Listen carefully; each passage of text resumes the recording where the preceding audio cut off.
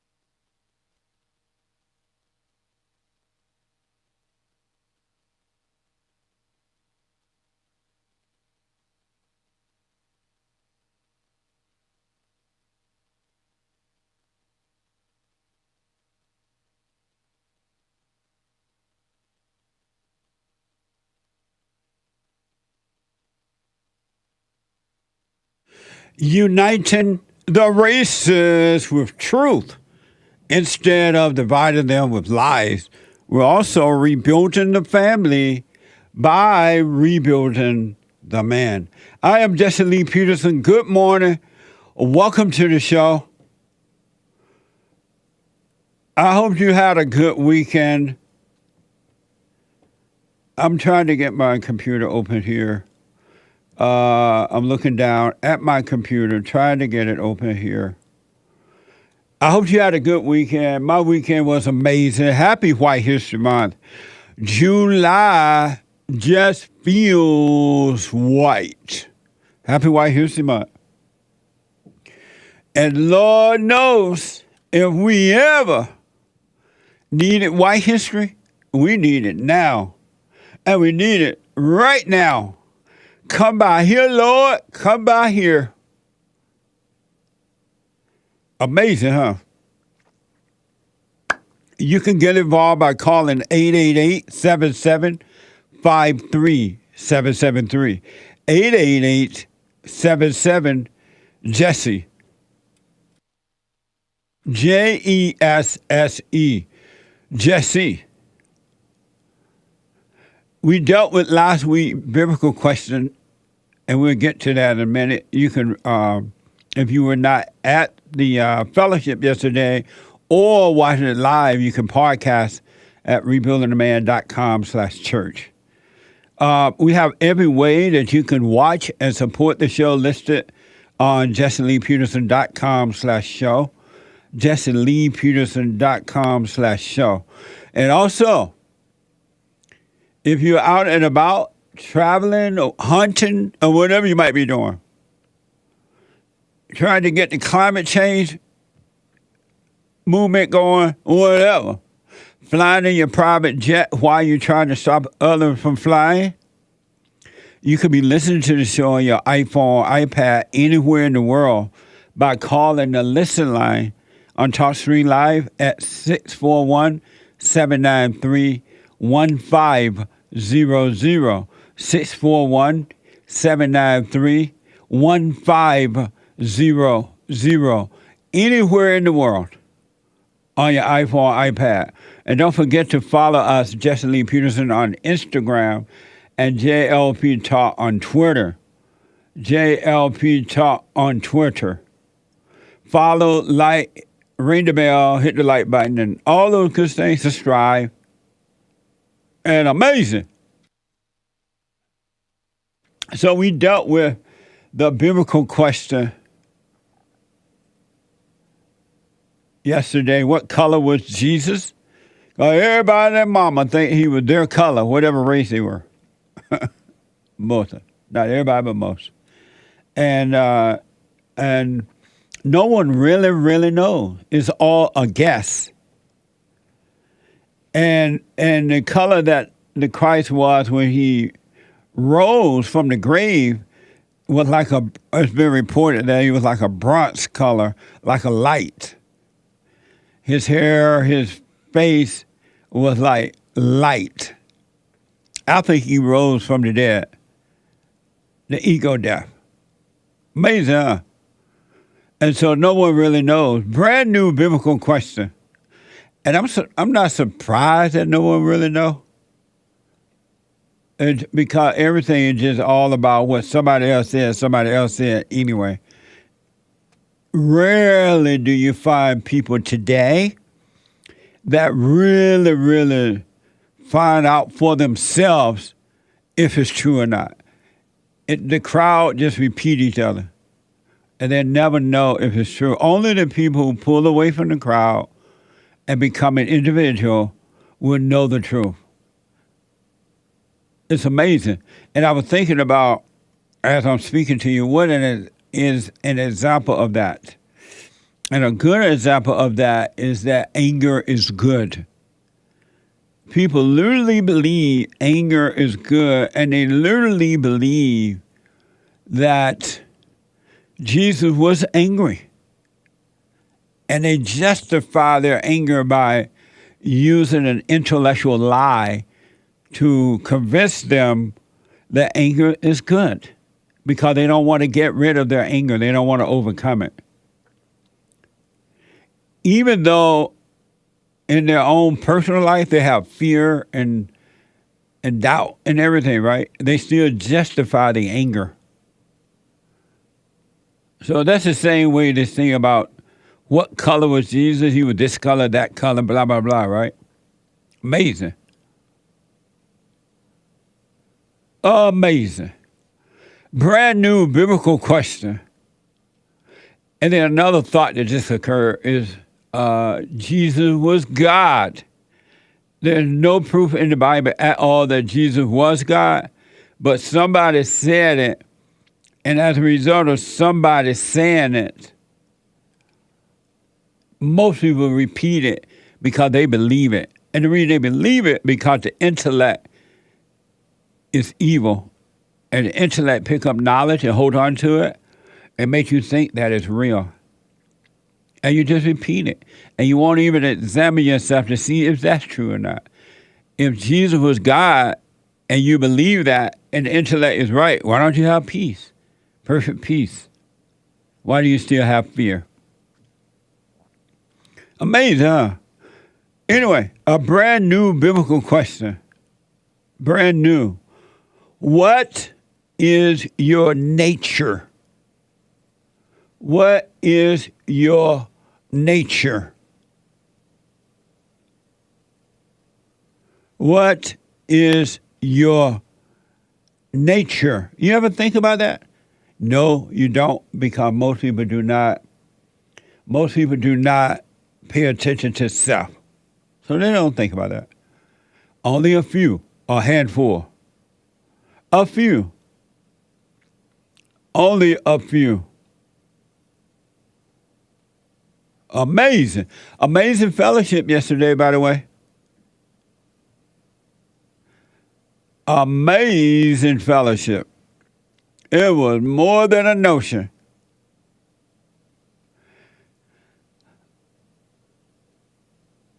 The one thing for sure, and when I reflect, things are changing. Things are changing in ways that I never imagined. Unless they always been that way, I just didn't know it. I just didn't see it because it wasn't as physically apparent to me. But things are changing in every way. In every way. And the one thing for sure, and without a doubt, there's no love in the world. God is love, but dispassionate love. Passionate love is not love. Passionate love is evil. This passionate love is real. It's life unto your feet. And we don't have love in this world anymore. Hate is being pushed as love. There's a new religion in town, and it's called anger. Anger is hatred. All in the name of Jesus. And as a result of pushing the new religion of anger, which is hatred, which is fear, human beings are going out of control.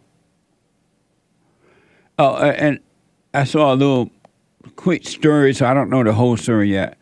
Apple or somebody coming up with a new app or something that's supposed to detect when you are mentally stressed out or something crazy. And I was thinking they're using that app to determine your mental state of being. But on the other hand, the people have been complaining about too much computer stuff, too much phone, being on the phone and on the computer, online. And yet they're complaining about Apple and computer system and stuff. And so Apple going to create something to save you from the problem. And you think a computer is going to save you from your mental illness? Mental illness is evil illness. You're possessed mentally. And how would an app save you from that, from a spiritual issue, while complaining that the computer is distracting the young people and it's the problem? It is the dirtiest thing I ever seen, and watch how it's going to sell like hotcakes. It's all about the money. It is totally insane. Mind-blowing insane. Anyway, there's no love in the world today, only hate. 1 or 2 people have love that has returned to the Father. Those who return to the Father, but most people don't have love. They're easy to anger and go out of control. You can talk to people about anger, and they will admit, yeah, you're right, I do have it, I know it's wrong, I'm not going to give it to it, and they'll get angry as soon as their feelings are hurt, as though their feelings are real. They don't practice anything. What a mess, huh? There is no love in the world. Here's a perfect example of that. New York Post, an 8-year-old boy, not 18, not 81, not 85, not 83, but 8. 1, 2, 3, 4, 5, 6, 7, 8. An 8-year-old boy has been arrested in Alabama, Sweet Home, Alabama, for allegedly stealing a car at gunpoint. So think about that. An 8-year-old boy been arrested in Alabama for allegedly stealing a car at gunpoint. According to the New York Post, at gunpoint. Not only according to the report did he steal the car, 8-year-old, steal the car at gunpoint, and then leading authorities on a chase. This is from WSFA. Watch this. Officers tried to pull that stolen vehicle over in the area of the East-South Boulevard and Norman Bridge Road. That 8-year-old driver refused to stop. Police say the child crashed into another vehicle in the area of West Fairview Avenue and South Court Street. A witness says he followed the car as it left the scene and realized along the way that it was a little boy who was driving. Whenever I realized it was a little boy, I knew I had to follow him and make sure that no one got hit and, that he got caught, because, don't want him driving all over Montgomery, causing more accidents or hurting himself or hurting other people. Now, that 8-year-old, as you saw in the video, was taken into police custody, and officers say they found a weapon, and they say that the armed robbery that started all of this was indeed an armed robbery. Charges are now pending against that little boy. We're going to keep track of this legal process, presumably in the juvenile system. Amazing. What were you doing at 8 years old? What were you doing at 8 years of age? Were you out stealing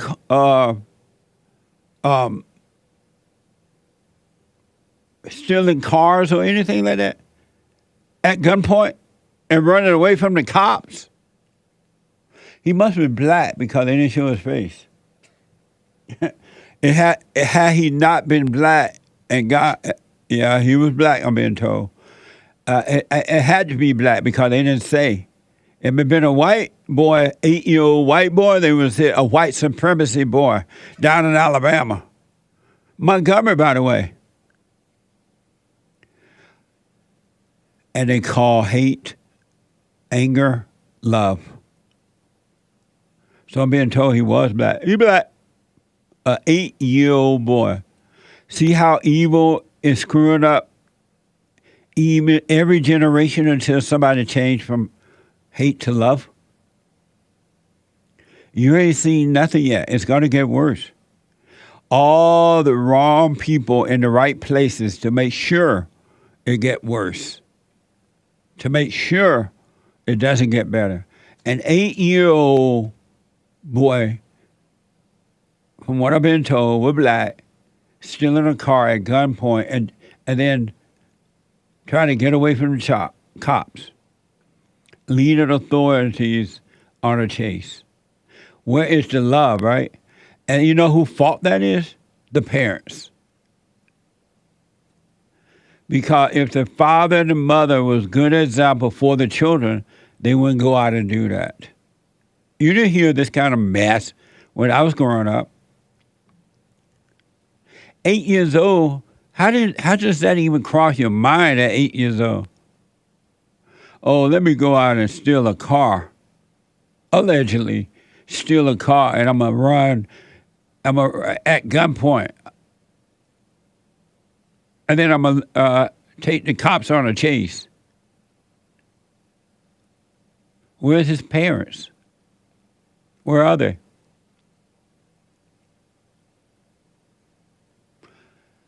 It is by America, it's over for my country. This is South Africa. And white people, you're going to be hiding behind electric fences around your home. That's what they're doing in South Africa right now. Because they ran from the blacks. And the blacks are out of control. Not all, but most. Another example of anger, which is evil. This is from CNN.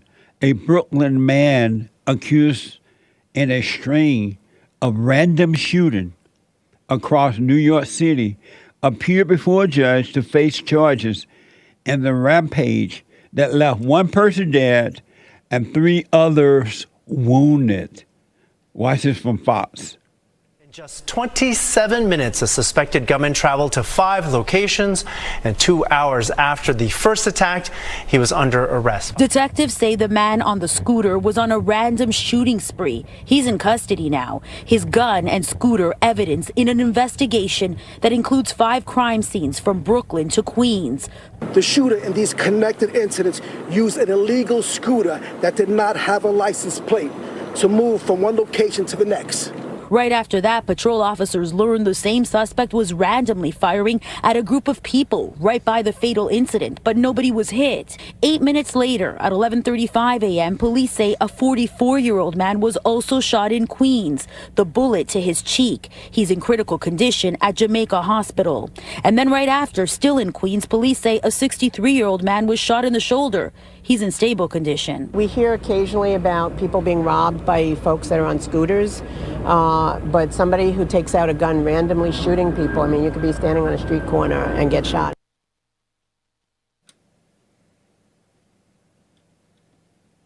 Amazing. But anger is the new religion. Just imagine this. No bail bonds.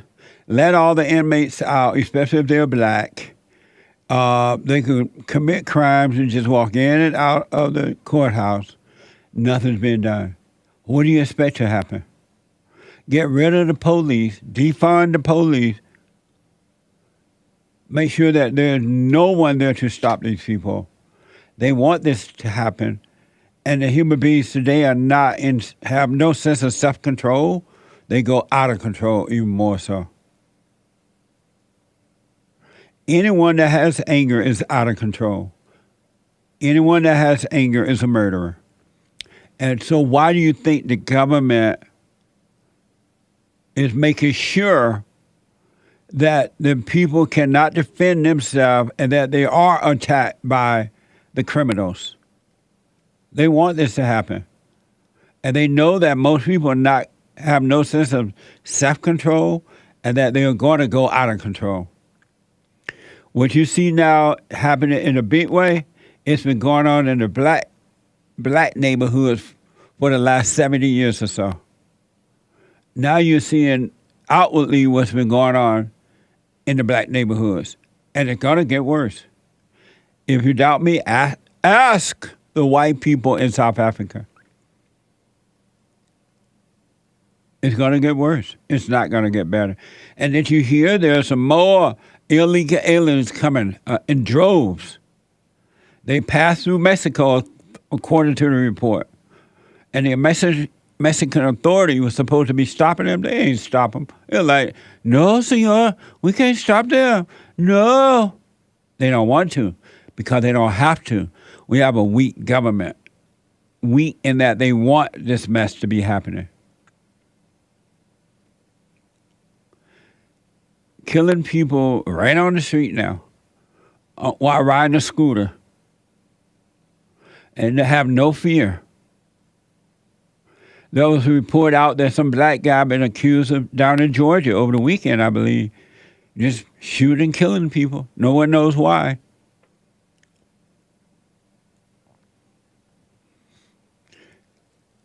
It's hard to believe, but yet I understand it because I now understand it. That white people put these black people in control of their country. Wherever there are black police chiefs and black mayors and black governors and black city councils and black representatives in federal government, you ain't gonna get nothing but this. And you put them in charge of your country because you're afraid to say no. If they can't run their own communities, how is it they can run your country?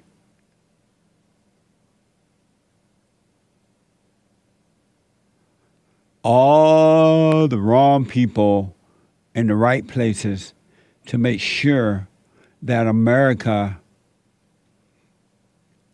never return to normal. As that black woman was saying in Africa on TikTok or somewhere, we need white people to come back. Look at this mess. She was saying this, a black woman. Look at this. We need white people. White people won't put up with this. The blacks vandalizing, killing, robbing, and raping, and murdering.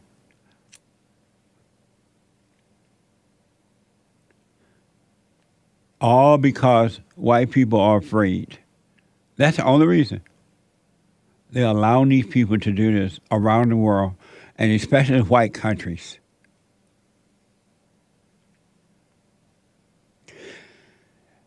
Grandpa, tell me about the good old days.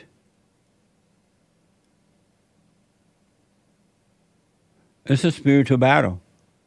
It's not physical. And you're letting evil ruin your country. If the white men who founded and created this great country were able to speak out loud and you can hear their voices from wherever they are, I wonder what would they say. I can imagine they would go, what the? I'm sure they never expected that white men would become so weak. I'm sure they would say that. Because in the good old days, when boys were boys and men were men, men were not weak for the most part. Exceptions to the rule.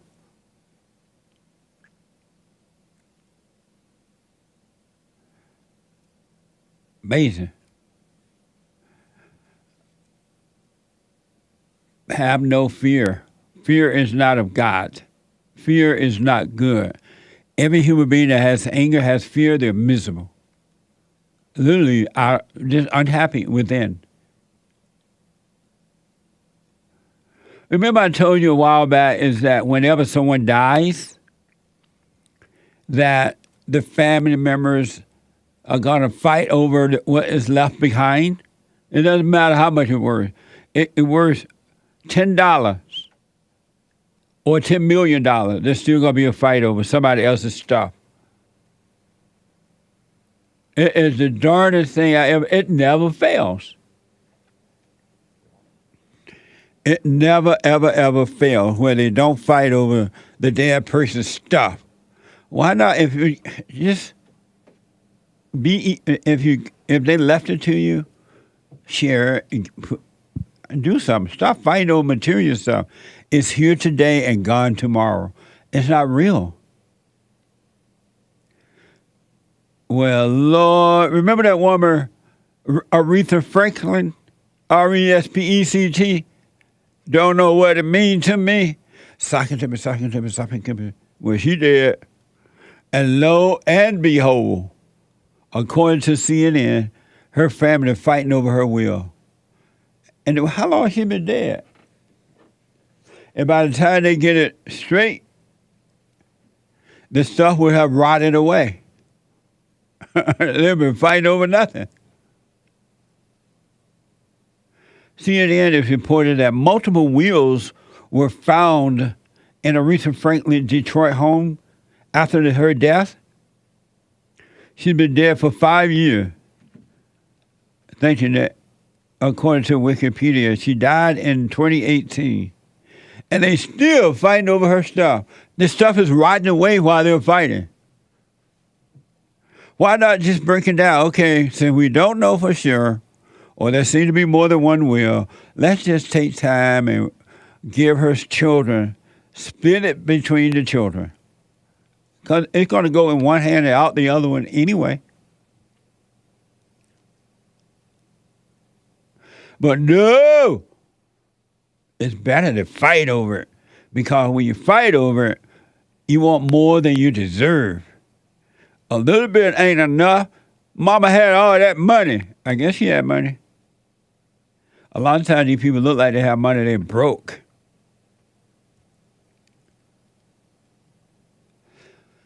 Amazing. When I come back from the break, I'm going to give you this story about Aretha Franklin folks, according to CNN, fighting over her stuff. Can you imagine fighting over material things? Family members fighting over material things. There's no love. Another example of no love. Only hate. If ever we needed you, Lord, we need you now. Where is the love? I guess the folks forgot about the commandment of loving one another. Love your neighbor as yourself. Pray for one another. That's out the window now because anger is being promoted. Quick break, 888-7753-773. 888-77-JESSE. Back in a moment.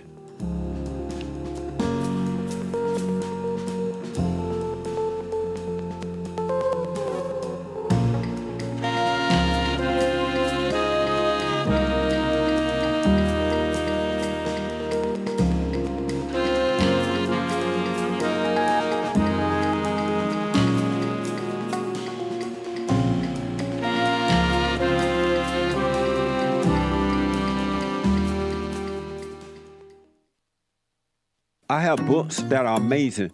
I highly recommend you get them. 7 Guaranteed Steps to Spiritual, Family, and Financial Success Guide. Even if you're not starting a business, but you have a job, or you're on welfare, It can help you if you do. Be doers of the word, all right? From rage to responsibility. From rage. That's what I write about in the first chapter, especially how I overcame. Scam. How the black leadership exploits black Americans. They're using them, and blacks are too willing to be used. And then my last book, The Antidote, Healing America from the Poison of Hate, Blame, and Victimhood. They are all amazing books, and they are helpful. Go to rebuildingtheman.com if you want an autographed copy, or call 800-411-2663.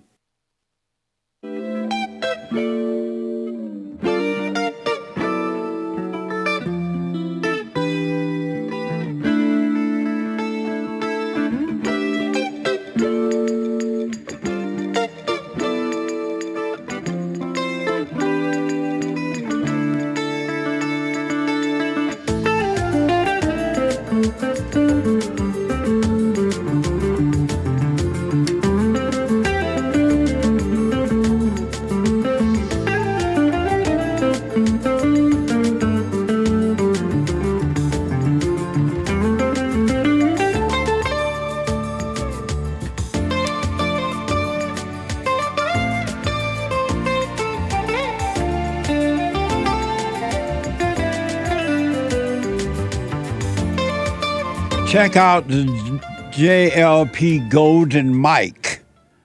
The good old days. Remember when they had golden mics in the good old days? What the? Amazing. The Hake Report is coming up at 9 a.m. this morning. TheHakeReport.com from 9 to 11 a.m. Pacific time. And mark it down on your calendar, either on your iPhone calendar or on a piece of paper. This coming Sunday, if the Lord is willing and the creek don't rise, I won't be at the Sunday fellowship. Joel Friday will be standing in for me. He is going to do this coming Sunday fellowship. It should be interesting. All the invited. You black. This Sunday, coming Sunday, Joel Friday will be running a meeting. And this Thursday at 7 p.m., every third Thursday of the month, Women's Forum for ladies only. This Thursday, I will be there. I just won't be at Sunday meeting, but coming Sunday, but I will be doing the Women's Forum this Thursday at 7 p.m. if the Lord is willing and the creek don't rise. All right? 7 p.m., ladies. And the men is every first Thursday night of the month. Every first Thursday night of the month. Amazing. Super chat. Super. Good morning, sir. Good morning. How you? Let me put my EIB mic up here. EIB. Wasn't that Rush Limbaugh? Yes, excellence in broadcasting. That's right. May his soul rest in peace. Indeed. Rush Limbaugh, the greatest. You're not on mic. Rush Limbaugh, the greatest talk show host to ever walk the soil of America. He was my competitor. Amazing. Yep. No wonder you became so good at what you do. Indeed. He made me sharpen myself. That's right. Streamlabs So Callous gave a super chat on Friday, actually. Late coming on Friday.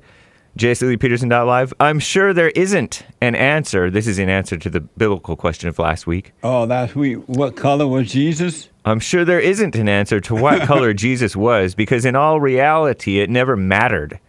If it did, we would have an answer. But if I'm using my educated guess, Hassan's skin tone is the closest thing. LOL. Lots of laughs. Amazing. Thank you. I appreciate it. Amazing. On the Fallen State with Jesse Lee Peterson this past Friday, Birdie Bound Brian became a new Fallen State member. Thank you. And Lord Spike Protein has been a member of the Fallen State YouTube channel for 10 months now. Amazing. Thanks. And he says, Jesse, thank you for your amazing insight on the spirit of anger and how it works to keep us in darkness. Thank you. Yeah. The spirit of anger is evil. Don't let anyone deceive you. Now, if they want to hold on to their anger and call it good, call it Jesus, you let them do it and let them suffer in their hell. But you will be free when you overcome the anger, the spirit of anger. It is pure evil. Ryan, thank you. Ryan Phillips gifted 5 Fallen State memberships on the Fallen State YouTube channel. Thank you, man. Thank you, Ryan. On Church with Jesse Lee Peterson yesterday, Tony Stark became a Bond channel supporter. Thank you, man. Thank you, Tony. Amazing.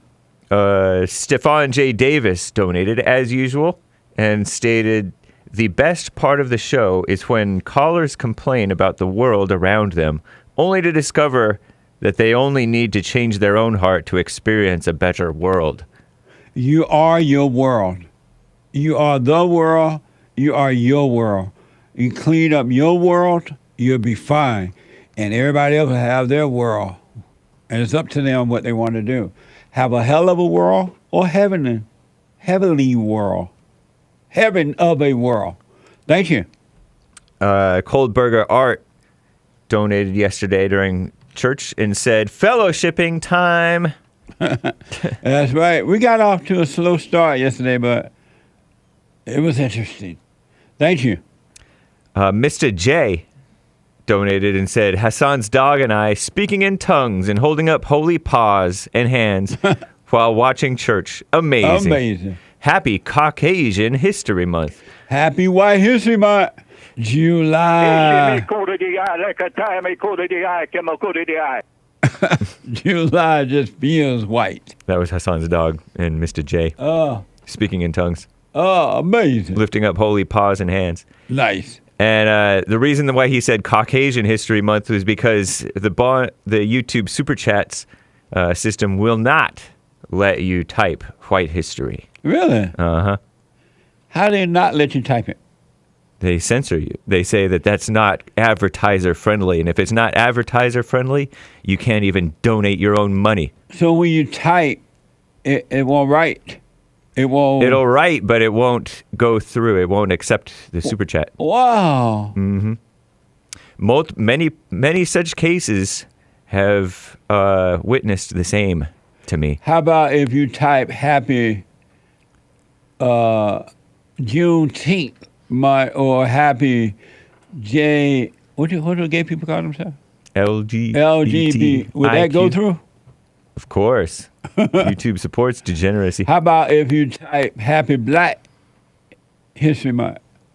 Of course.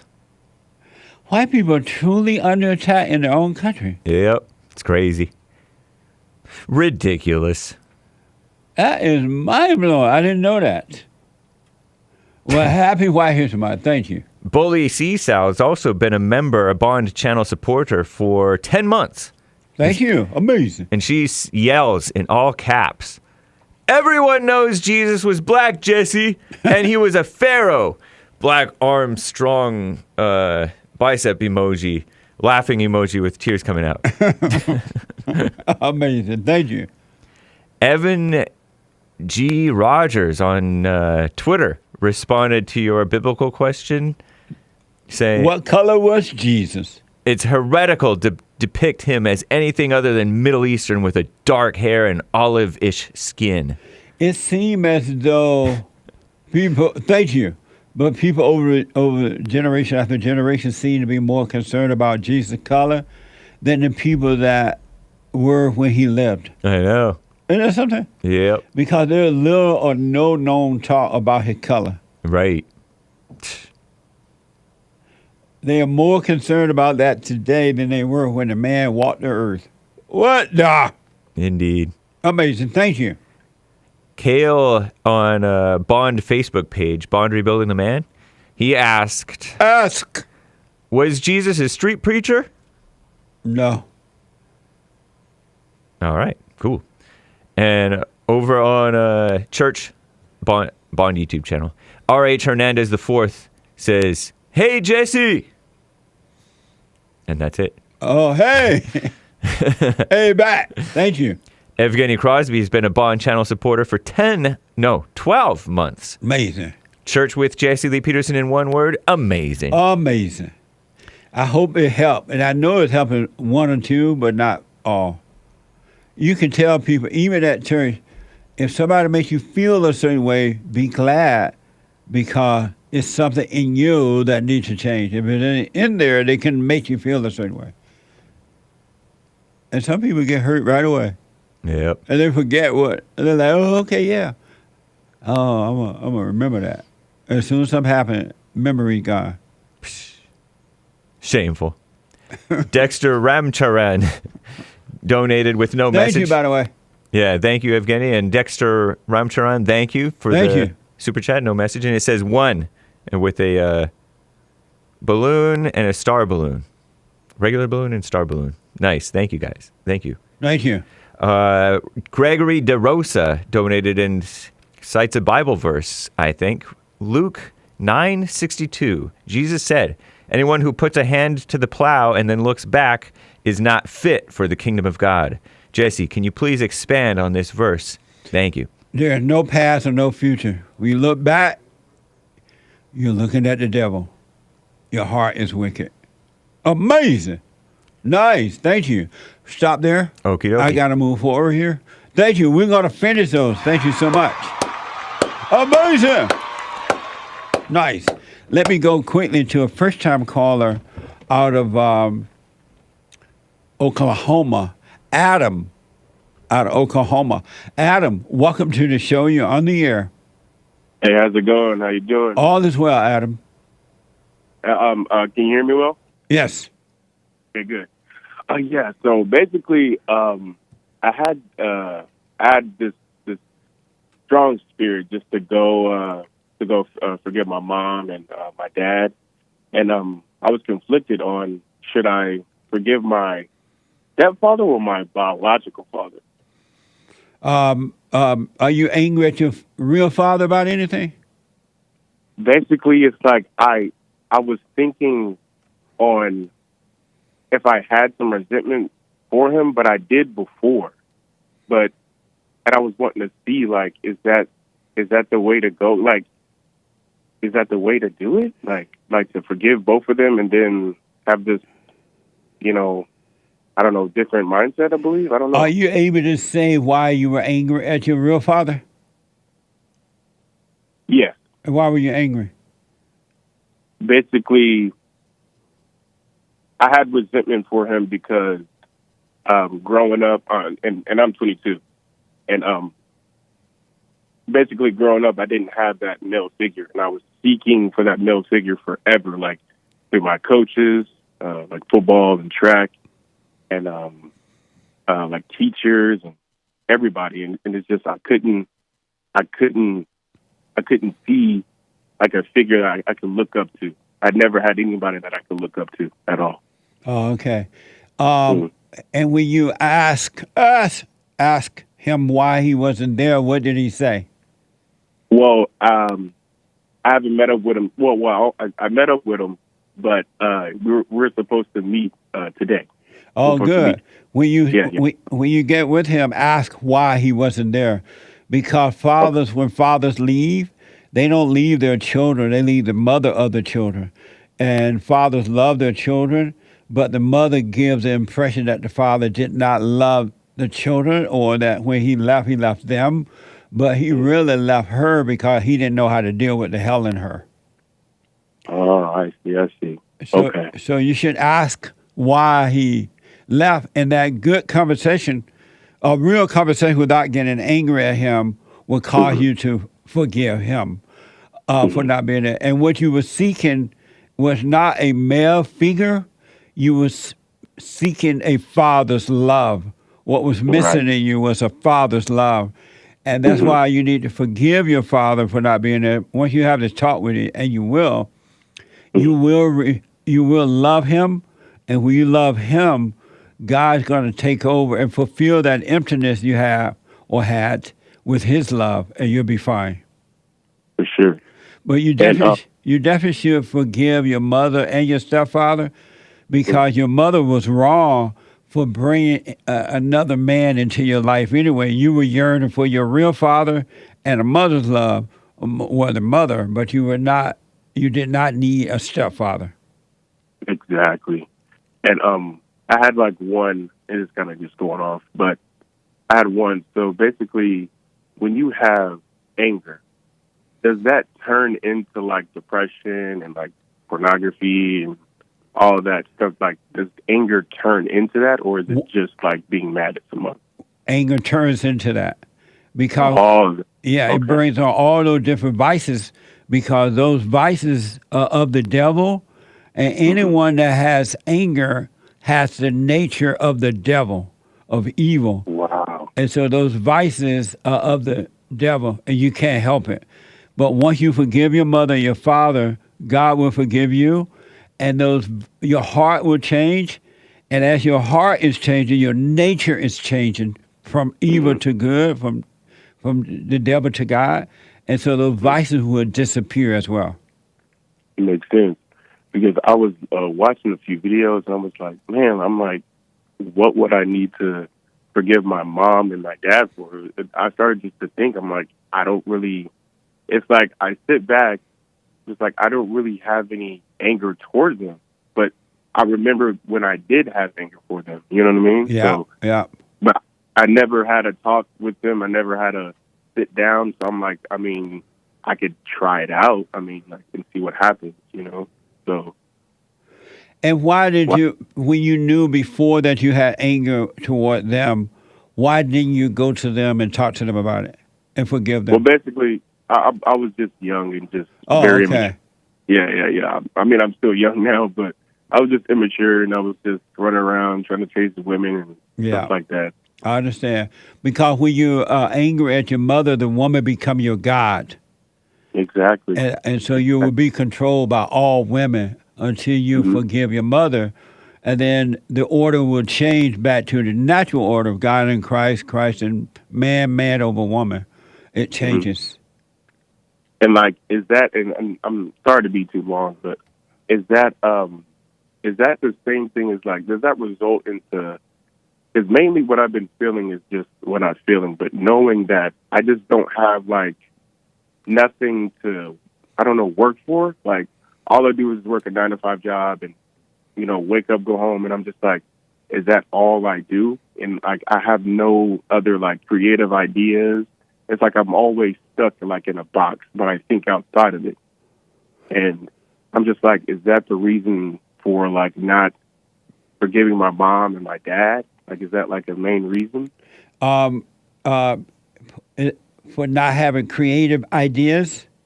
Yeah, I want to create a business one day. I want to live, work for myself. I want to do my own thing. Oh, I see. And right now you have a job? Yes, sir. And do you have your own place? Yes, sir. Good, my man. Own apartment, well, own car. Nice. And you're doing fine. You don't need to want to have a creative ideas. Don't want for anything but what is right. Gotcha. Only want for that, and it will be the truth. The nature of God will lead you, and whatever's meant to be through you will happen. There is nothing to work toward.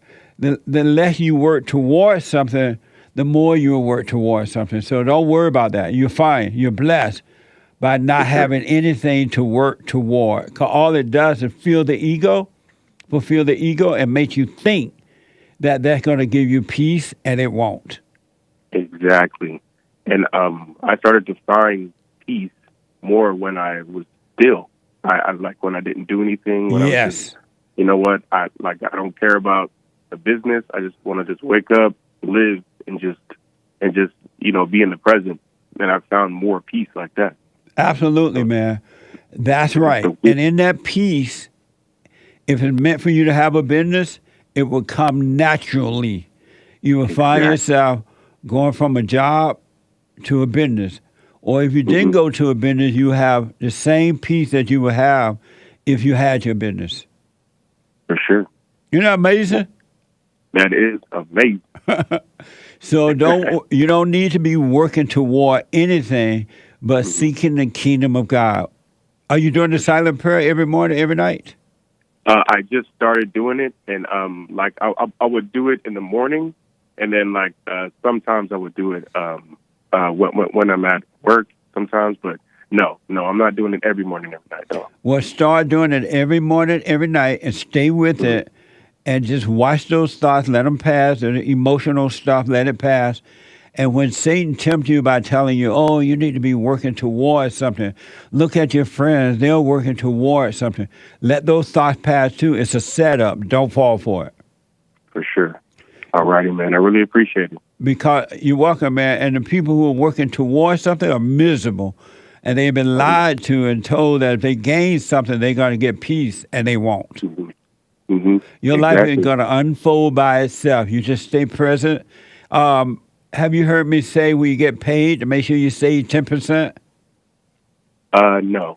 I want to encourage you, when you do, every time you get paid, put 10% away in an account that make a little interest on it. And so when opportunity come, and they will, but buy a home or buy a piece of land or whatever, you have the money to do it with. And you live off the rest of the money. Pay your rent, put gas in your car, food on the table, a little pocket change, and leave that 10% in the bank every time you get paid. And I'm telling you, opportunity will come, and you will be able to get it easier than you can even imagine. For sure. And speaking of that 10%, see, I'm black, and I grew up in He black. He black. But yeah, the only thing I know about that 10%, all these pastors I was listening to, they said put that 10% into the church. Yeah, they lied to you. Yes, I'm like, why do I have to put 10% into the church when I'm just here to listen to the word and trying to get closer to God? And half the time, I'm not even getting closer to God. They just preaching the word. You know what I'm saying? Whatever the case is, I'm just like, man, I can't do it no more. Can't do it. Right on. You're supposed to give. If you're getting help, you're supposed to give back, but what you can afford to give, not under pressure and not out of guilt. It's just what you can afford to give. Exactly. And again, make sure you save 10% for investment, and it's going to blow your mind, Adam, how the opportunity will naturally come where you can invest in land, because God wants men to own land. He wants you to own your home and piece of property or something. You'll be able to do it. But do the silent prayer and stay with it, all right? Indeed. I really appreciate it, Jesse. And don't worry about those vices. They will disappear as your nature is changing from an unnatural nature to a natural nature. Natural nature. And that's exactly what I'm trying to get to. Right on. I wish you well, man. Call me again. Most definitely. Stay blessed. All right, buddy. Amazing. He black. See, there are black people waking up, too, when they hear the truth. 888-7753-773. 888-77-JESSE. Hake is coming in with the hate news. 2 more hours to go. Back in a moment.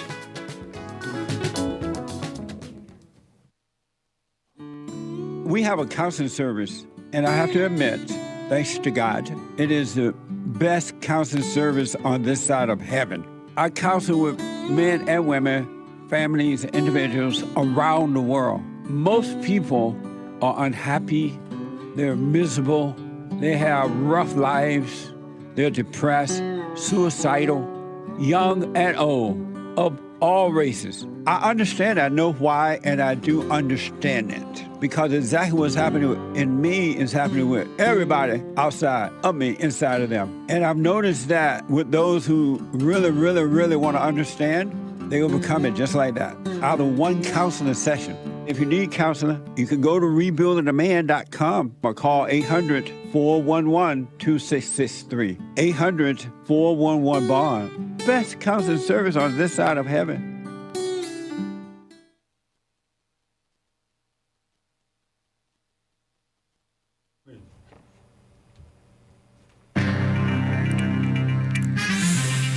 College is overpriced for many. That's not news, is it? And the air's still bad from the Canada wildfires. Some bridge got shot again in Crimea, allegedly by Ukraine, and Russia's not giving that free, safe passage for their grain exports. That's their daily dose of Ukraine propaganda. And storms causing some damage and destruction. Terrible. 2 children were swept away in PA, Pennsylvania. This is the end of hour 1 of the JLP Peterson Show. It is Monday. Everybody loves Mondays. July 17th, 2023 AD. Thank you for the B-Day wishes, people. Stay tuned for hour 2. Jesse Lee will be right back to your calls and more stories. There is one line open. You can get in to get on air with JLP. But first, Hake news, not fake news. Universities' overinflated ego indoctrination. Commie Nonsense Network CNN reports college tuition has increased almost 750% since 1963. That's a long time ago. And it's only getting more expensive because money's not worth much anymore. Nor school, to be honest. At highly rated or selective schools like Harvard, undergraduates can expect to pay more than $95,000 a year or not pay it if Sleepy Joe's in charge, including housing and other expenses. Price tags like that might explain, according to Commie Nonsense, why Americans' confidence in so-called higher education, high on pot, has dropped to a record low, according to a Gallup poll. It's worth less than ever. A bunch of brainwashed libs with useless degrees. And poor air quality in America. Millions of people are under air quality alerts today as Canadian wildfire smoke billows into the United States again. Several areas are seeing decreased visibility, including Detroit, Chicago, New York, St. Louis, Cedar Rapids, and Cleveland, Ohio. The entire state of New York is also under an air quality health advisory due to smoke from wildfires in Western Canada. Forecasts show that winds will... Western Canada, and it's affecting New York. Forecasts show winds will continue to push the smoke eastward, bringing a smoky haze to other parts of the Northeast early this week. Meteorologists expect parts of the United States to be at risk of smoke for the foreseeable future as Canada experiences its worst fire season on record. Wonder whose fault that is. More than 24 million acres have burned in Canada this year, an area that's roughly the size of Indiana. Wow. Your daily dose of Ukraine propaganda. Open wide. A key Crimean bridge was hit by strikes early today, halting traffic on the only link between the annexed peninsula and Russia. 2 people were killed in the emergency incident. Inspections underway to determine the extent of the damage per the Russian Ministry of Transport. Ukraine's security service claimed responsibility for their attack. Kiev has not responded directly. Earlier this month, Ukraine made what appeared to be an admission that their forces were behind an attack on that same bridge last year that caused parts of it to collapse. Meanwhile, the supposedly crucial deal that allows Ukraine to export grain safely has been terminated, so said the Russian government. The deal supposedly helped stabilize globalist food prices and brought relief to developing countries that rely on Ukrainian exports. Moscow denied that the decision was related to that bridge attack. And storms blew through. Authorities in southeastern PA, Pennsylvania, are searching for 2 children after raging floodwaters swept them away from their family over the weekend. 5 others were killed in the flooding, and thousands of others were impacted by power outages. Local, state, and federal authorities assisting in search and recovery efforts in that area for the victims. Over the last month, parts of New England and the Northeast have seen 200% to 300% of their average monthly rainfall, leading to last week's disastrous flooding in parts of Vermont. Remember that? New York and western Massachusetts, too. Storms moving across the region have also prompted ground stops at major airports across the Northeast, adding to the existing airline issues, including staffing and pilot shortages.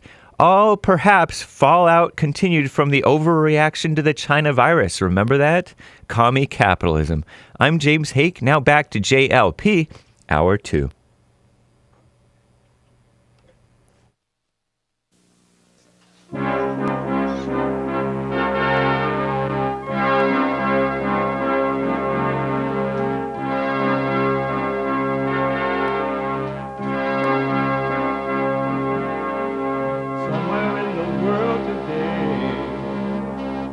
got to stand up strong. Ain't the truth about themselves to understand what went wrong. I know we can find a way. I know we can find a way. I know we can find a way to stand up, stand up, stand up. Uniting the races with truth instead of dividing them with lies. We're also rebuilding the family by rebuilding the man. I am Jesse Lee Peterson. Welcome to the second hour of the show already. You can get involved by calling 888-7753-773. 888-77-JESSE. Jesse. Jesse. Brand new biblical question. Brand new. What is your nature? What is your nature? That is an amazing question. What is your nature? We have every way that you can watch and support the show listed on JesseLeePeterson.com/show. JesseLeePeterson.com/show. And you can listen to the show on your iPhone or iPad if you're busy and not able to sit and just watch it live right now. You're at the beach, whatever you might be doing. On your iPhone or iPad by calling 641-793-1500. 641-793-1500. And don't forget to follow us at JLP Talk on Twitter and Jesse Lee Peterson on Instagram.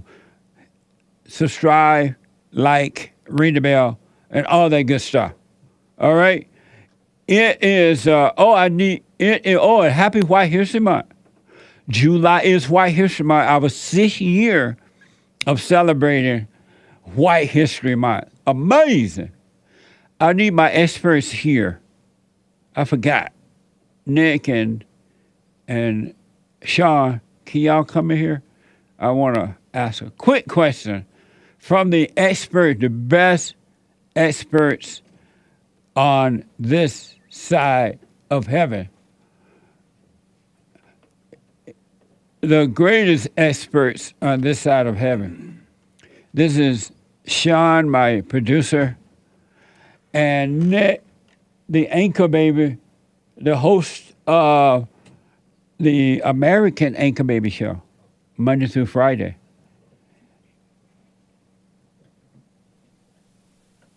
Monday through Friday. Amazing. I want to first know, did you know that today is White History Month? They can't hear you. He bowed his head for, but y'all can't hear. Yeah, today is part of White History Month. Did you know that, Anchor Baby? Wait, what?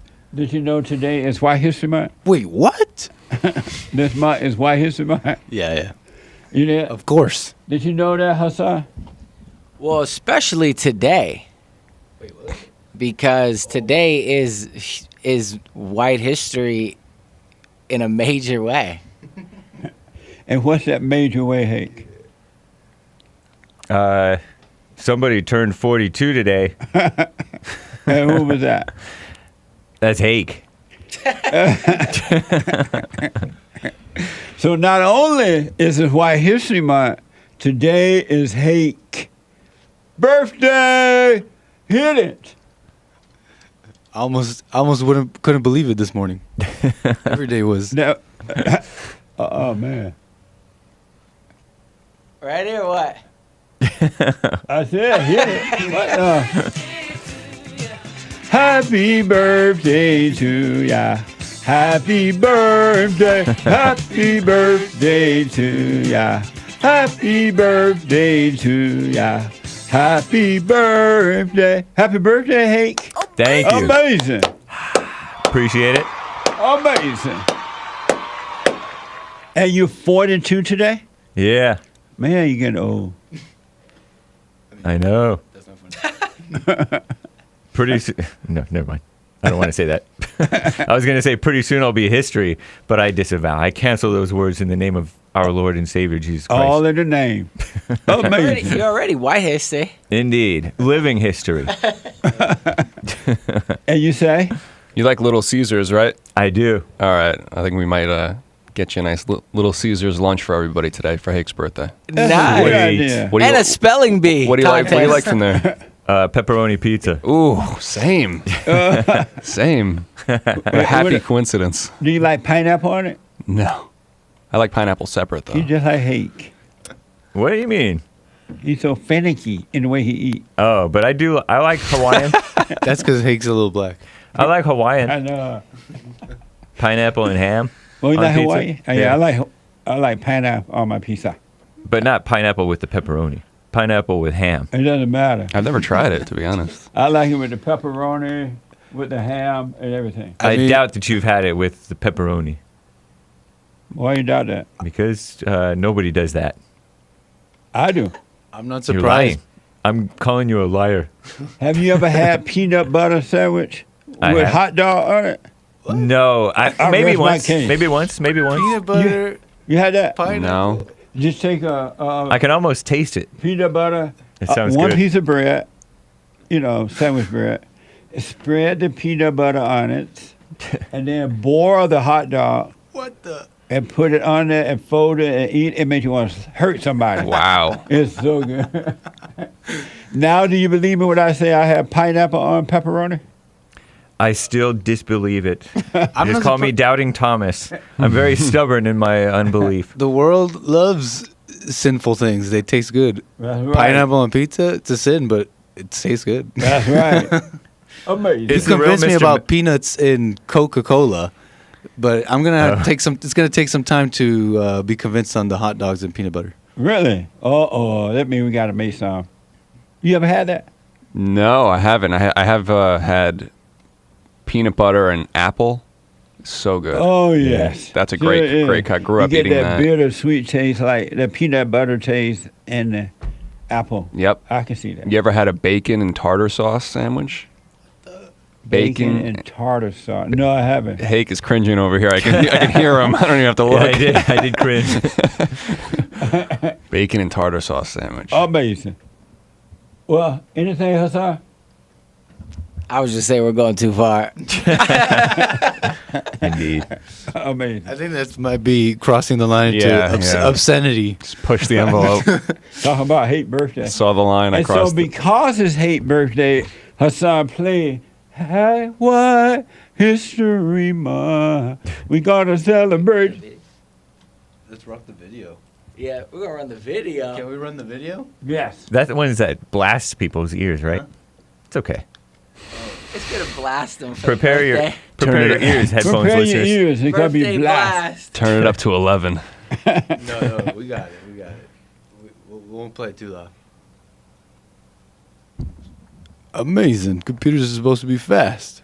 All right, we'll play it later. No, we got it right. Come on, 99. And let's rock and roll. This is for Hate's birthday and White History Month. Wait, Let's come back to it. how do you do, Hassan? Oh, got it. It's not my favorite. Just wait. Oh, nice.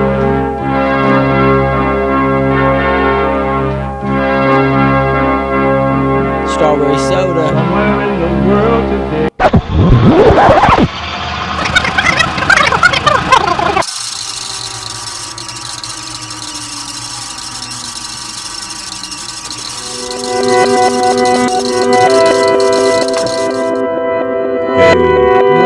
White history going backwards. White History going backwards. I don't want this.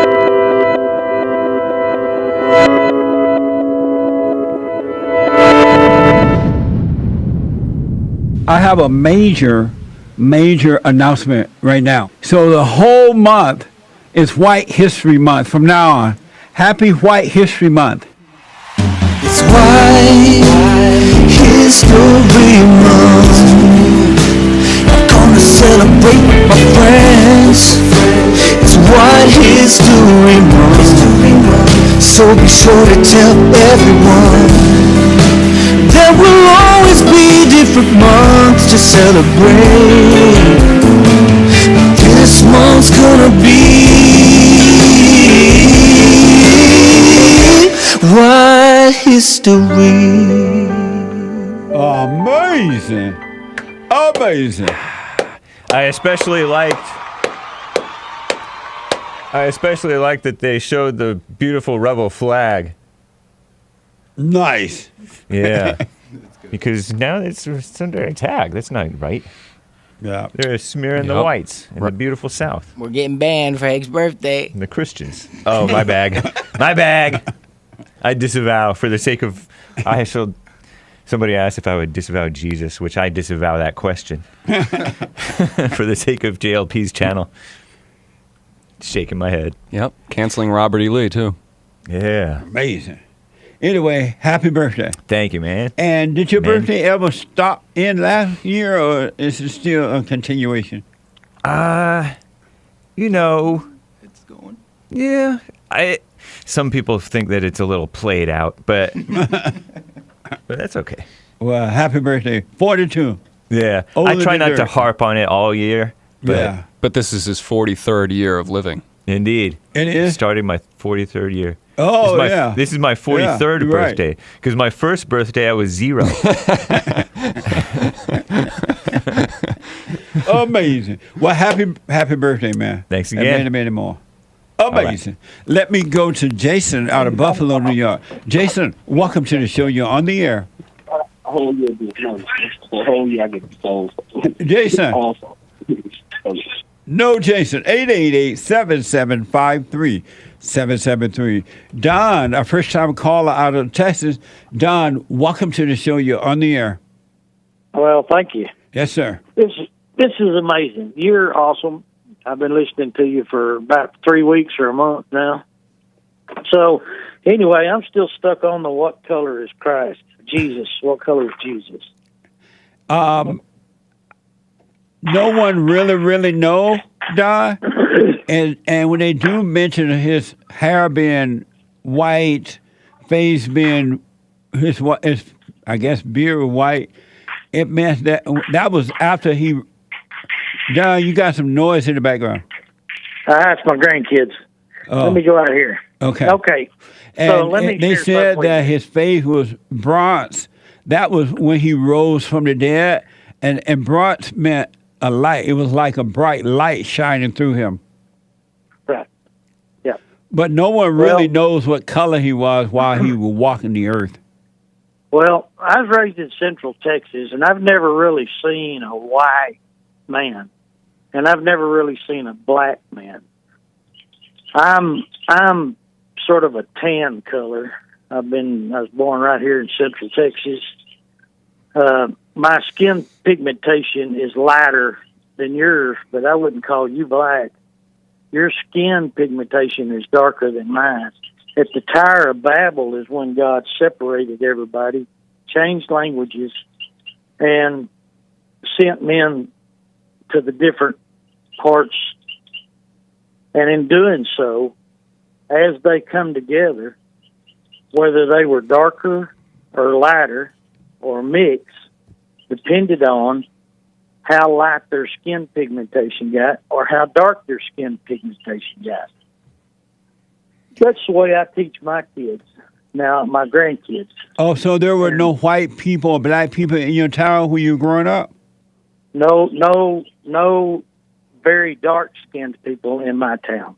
Were there It was all light-skinned people in my town. They were all light-skinned. Were there black people? Like light-skinned black people? See, I've never seen a black person. I've seen a black trash can. I've seen a black tote. I've seen a black pickup. I've seen a white piece of paper. Have you seen me, my color? Yeah. Oh, I'm black as the ace of spades. No, you've got a darker skin pigmentation than I do. Oh, I see what you're saying. But it's not like black, like the black trash can. Right. Oh, I see. Well, I see what you mean. But So they, that for you know, the and sake, I wasn't raised. to be that way. Now, we didn't have any real dark-skinned people. We had some lighter or some darker skin than us because I farmed peanuts. I was raised on a peanut farm, so we hired people out of Mexico to help us take care and harvest peanuts. They were illegal aliens? Yes, they were Mexicans. All right. So when my daughter and when I quit farming, I moved to Dallas to get a job. And the first real dark-skinned person my daughter seen thought it was just a very dark Mexican. Oh, yeah. Very dark. What's wrong with the blacks, Don? Well, the problem is, okay, the problem is there's so much anger in everybody. And I hear you talking about that, and God bless you for sharing that, because that's where it all stems from, is just internal anger. 100%, Don. And what most people do is try to point at a reason and blame somebody for their anger. Yep. When it's all inside. I've got one granddaughter out of 7.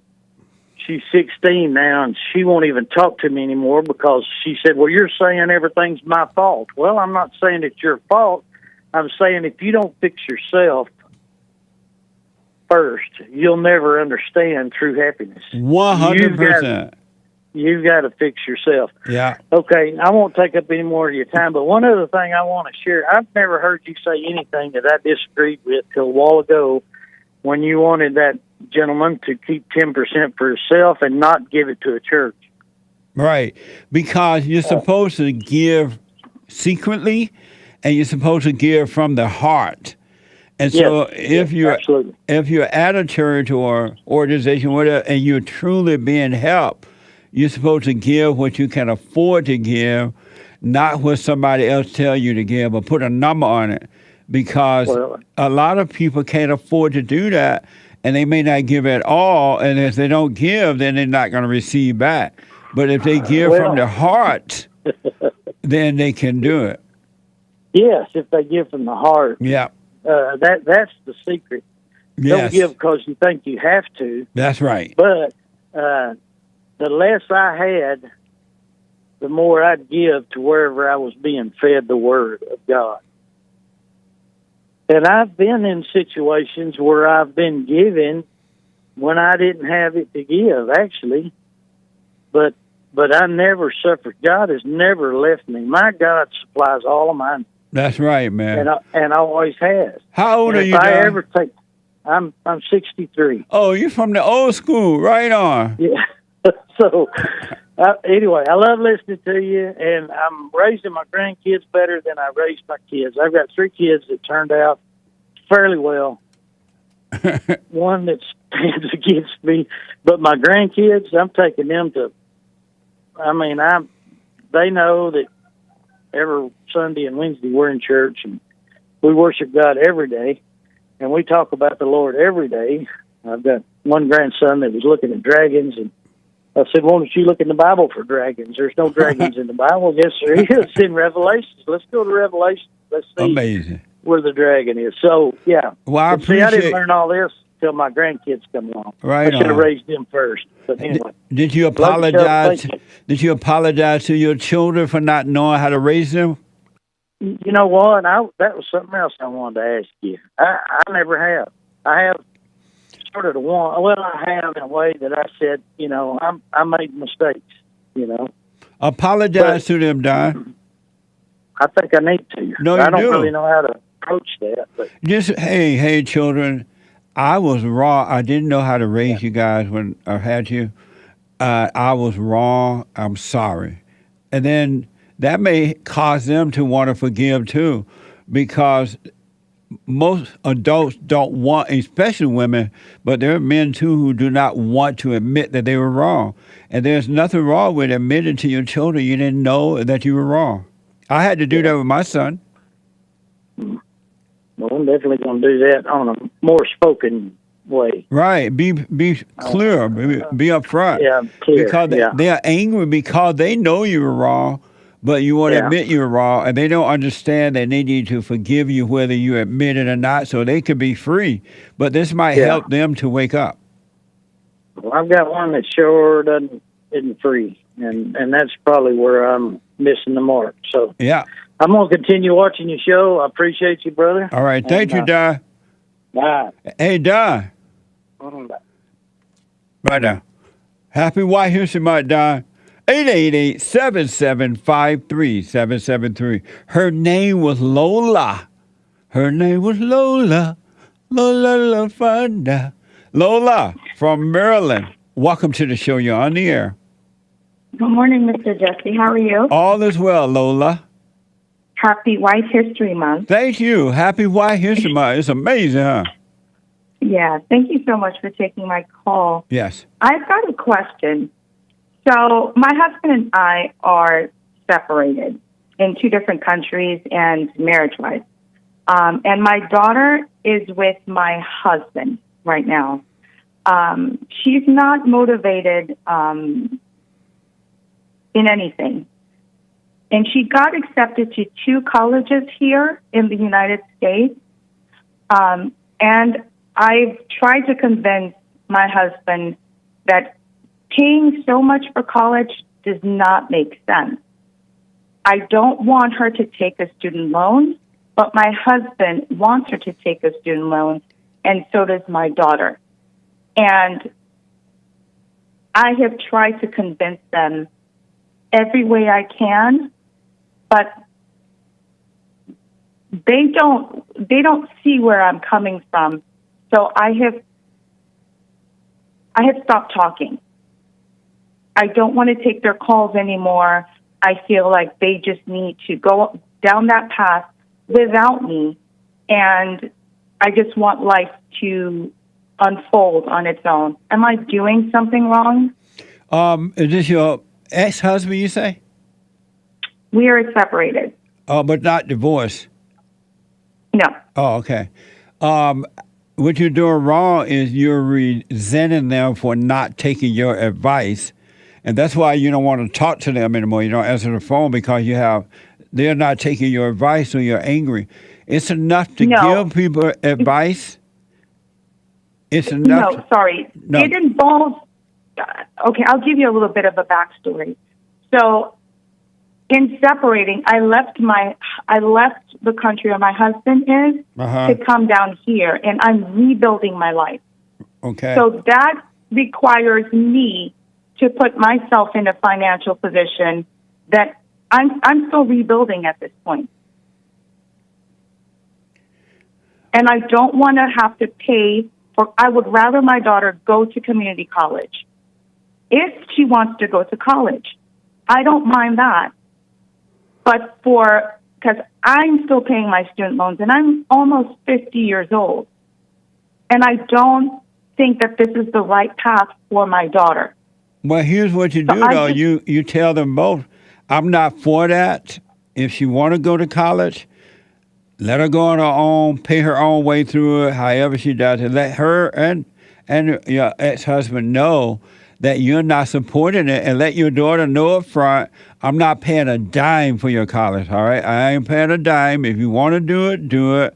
But I recommend you start out at junior college, get yourself a job, and work your way through it if that's what you want. But I'm not paying a dime, one dime. Be very clear, but don't be angry if they don't take your advice. Okay. But they know that you're not going to do it. You're upfront about that, but you're wrong when you get mad because they won't take your advice. Let them suffer and find their own way. You just don't have to be a part of it. Okay. That make sense? Yes. So don't be angry with anyone that doesn't take your advice. Most people love their hell, and they love living in their hell, so they have a right to stay in their hell. Even God will leave them in their hell. He tried to warn them, but if they don't take it, he will leave them there and let them suffer and die. Yeah, I have no opinions about it. But I'm not angry with them. I just don't want to be part of it. Right, I and you just don't want have life to be. to just play out. Yeah, you made on that its own. clear. I'm not a part of it. I'm not going to pay a dime. Here's what I recommend. It's up to you to take it. Why don't you take their calls when they call? Because, so college is supposed to start next month, and now they're putting pressure on me to fill out the application for her student loans and stuff like that. Just say no, that's all. Make it clear you're not a part of that. I've made it clear. Well, don't be angry, though. Okay. You're angry, and that's why you feel the pressure they're trying to put on you, and you're hiding from them rather than facing them because you're angry, and you may give in because you're angry. Don't be angry. People have a right to be wrong. Okay. And you have a right to say, no, I'm not participating, without being angry. Okay. And if they keep wanting to talk to you about it, say, I don't even want to talk about it anymore. I said, no, I'm not filling out any papers. I'm not signing anything. She got to do this on her own if that's what she wants. Yeah. So drop the anger, Lola. What the? I swear I'm not angry. Okay. I just have no opinions about it, and I just want them to.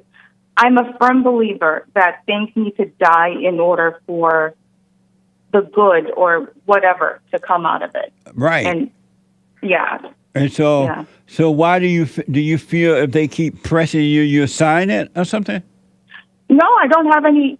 Oh, okay. I'm not one of those. Oh, yeah, good. no, I don't. I just want them to. I kind of just want college to start so that they could figure it out. Right. Well, you made it clear, so that's all you need to do. No more discussion about it with them or anything. Yeah, and I heard the advice that you gave with the previous gentleman about money. Yes. I know that you have a credit. Do you have some kind of program for women?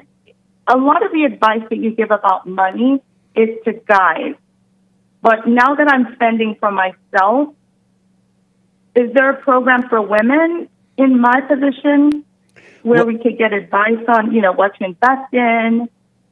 Because I'm putting away 10%, more than 10%, but I just don't know what to do with it. Beautiful. Don't figure out what to do with it. God will make it happen for you. He will show you, and you'll be able to do it. Don't try to figure that out. You just save the money, go about your day, do your job, and go about your day. Put 10% away, and the opportunity will present itself. Okay. And I do recommend men and women invest in real estate. You can't go wrong with that. Yeah. Funny enough, I got 3 licenses to be a real estate agent. So, yeah. Oh, you a realtor? I got yes. Oh, good. In 3 different states, yeah. Well, then save your money, and you're going to run up on a nice little empty lot or something, or a nice little house that you're going to buy, but save your 10%. And then once you buy the property, it's going to increase in value, and you'll be able to pour from that to buy more land and buy more land. One thing will lead to another one. Yeah.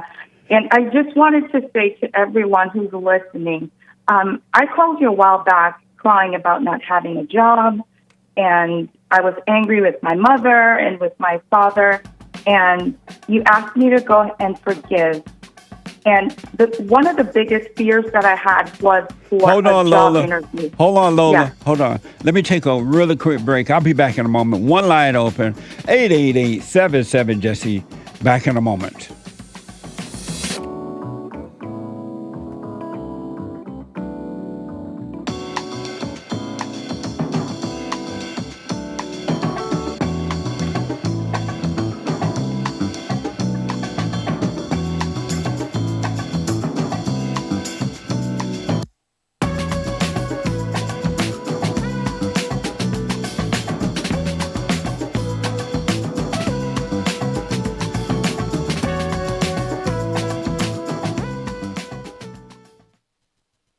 Now, I totally disagree with the way things are going, but you can't be angry because that's what the enemy wants. He wants to control you. They do things to make you mad so they can control you. It's like being married. And the wife would do things to make you mad, or she'll do things to make you feel good. And men do that to women too when they want something from the woman, especially sex. They'll make her feel good or they'll make her angry.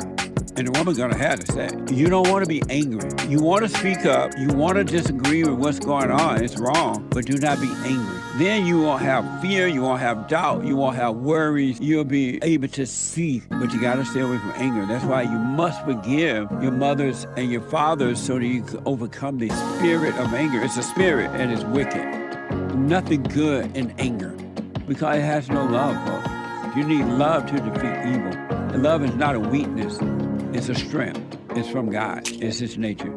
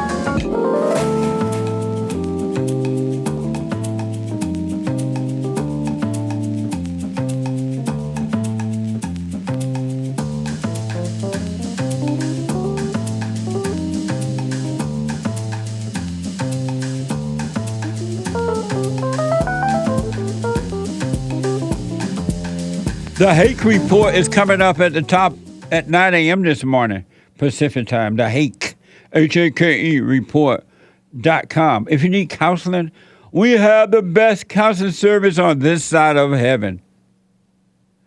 By phone, Skype, or walk in.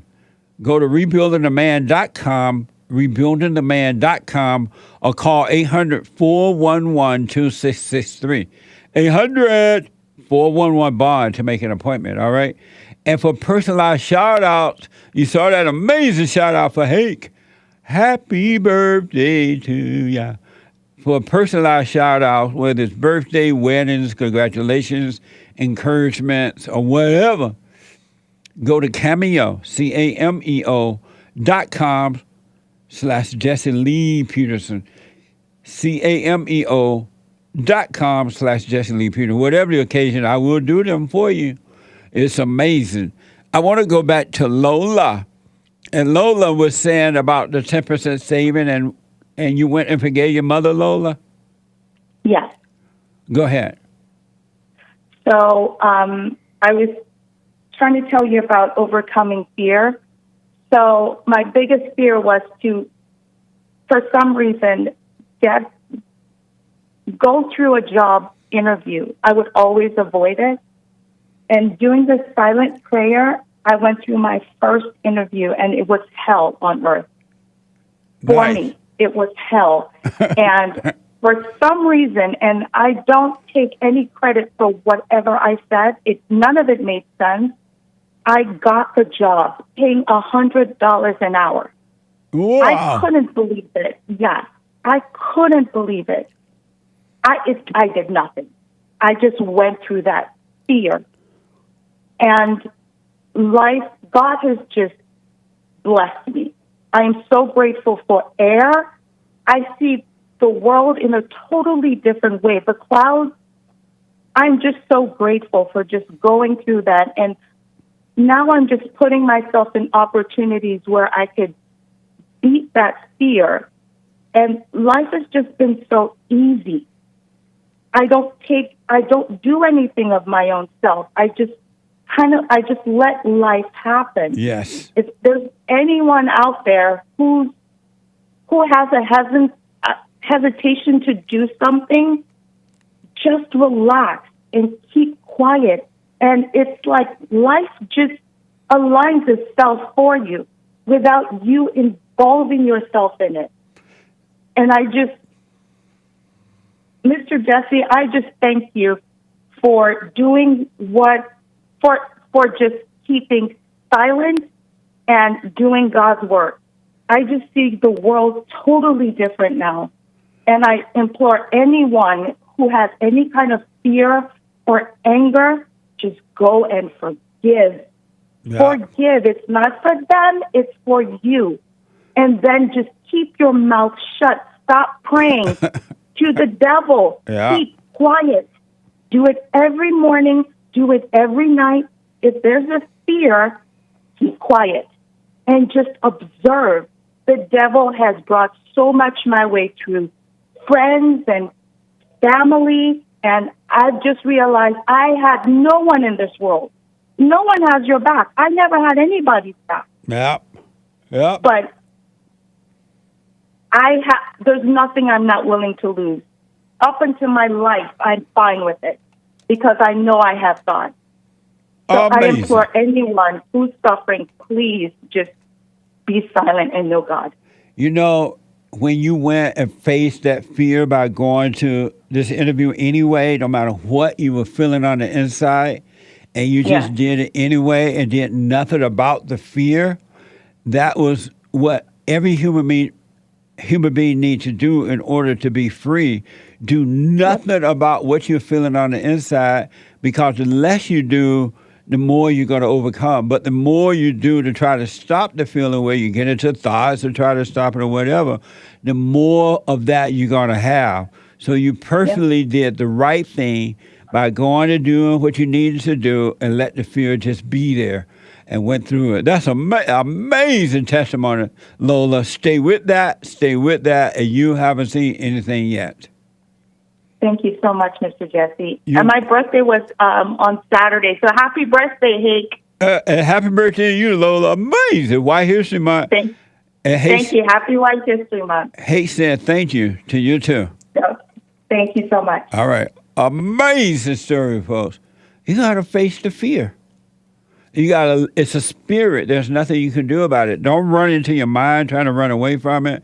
Don't try to eat or make a phone call or anything. Face the fear. You face it by letting it be there, and you just watch it and have no opinion about it. Fear, loneliness, depression, post-traumatic. A phone ain't going to do nothing. This little new device, Apple making, I think it ain't going to help you. Only God can help you. Only the light. I want to just finish the story about Aretha Franklin. Folks fighting over her stuff, and she did. I mentioned, for those who don't know, Aretha Franklin died in 2018, right, Nick?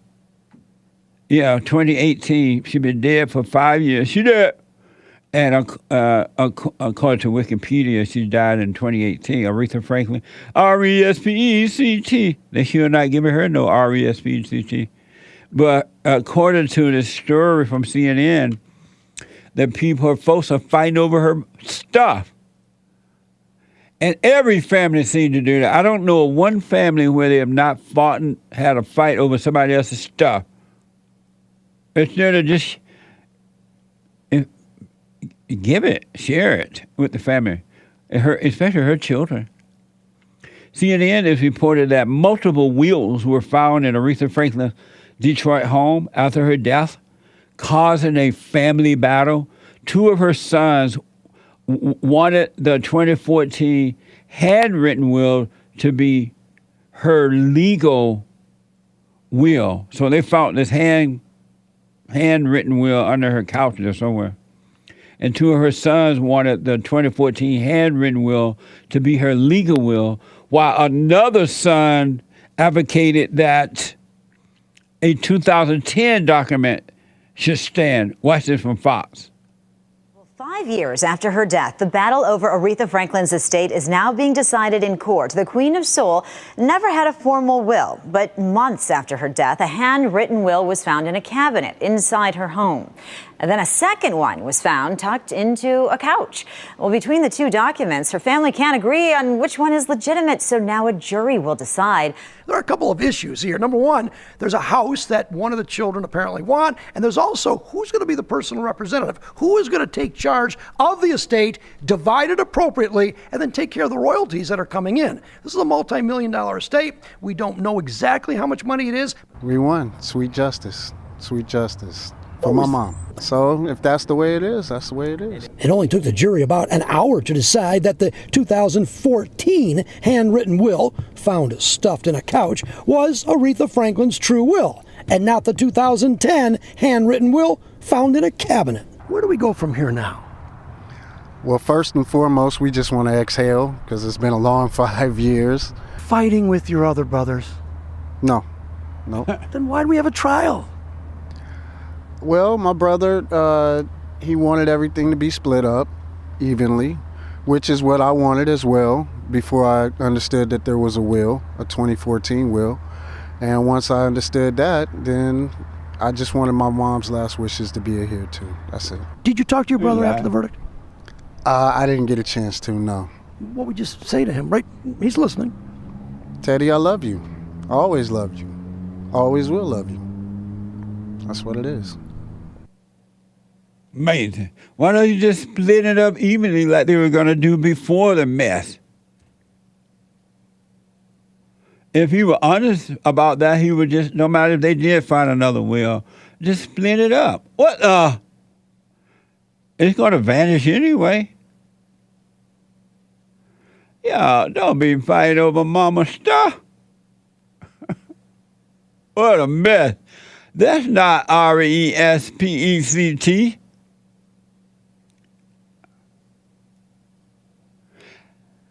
I wanted to know if this woman making a good point.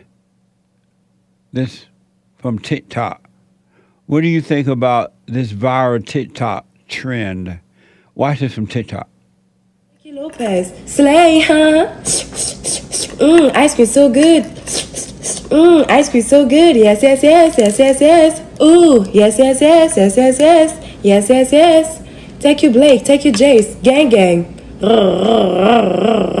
Take you Joy, take you I don't know. Take you Tay, take you I am. Ooh, ooh, yes, yes, yes, gang, gang. Yes, yes, yes, yes, yes, yes, gang, gang. Why do you feel the need to hate me? I mean, like, people be like, oh, she got fake chain, she got fake gold. Like, first of all, this is not fake. It's all real, okay? Versace, yes. I'm not even flexing because anybody can get it. If you work, you can get it, and that's it. It is what it is. So when you're wasting your time like this on me, you could have put this time that you waste on me on you and do something about your life. Become the person you always wanted to be. Become rich or anything you want to be. Like, you can do it. But no. You take that time and you put it on me. You want to hate me. You want to make me look bad. Like, why? Good question. Why? Because that's what human beings do to each other. Evil human beings love hurting other human beings so they can feel alive. A fake sense of life, but a life is not real.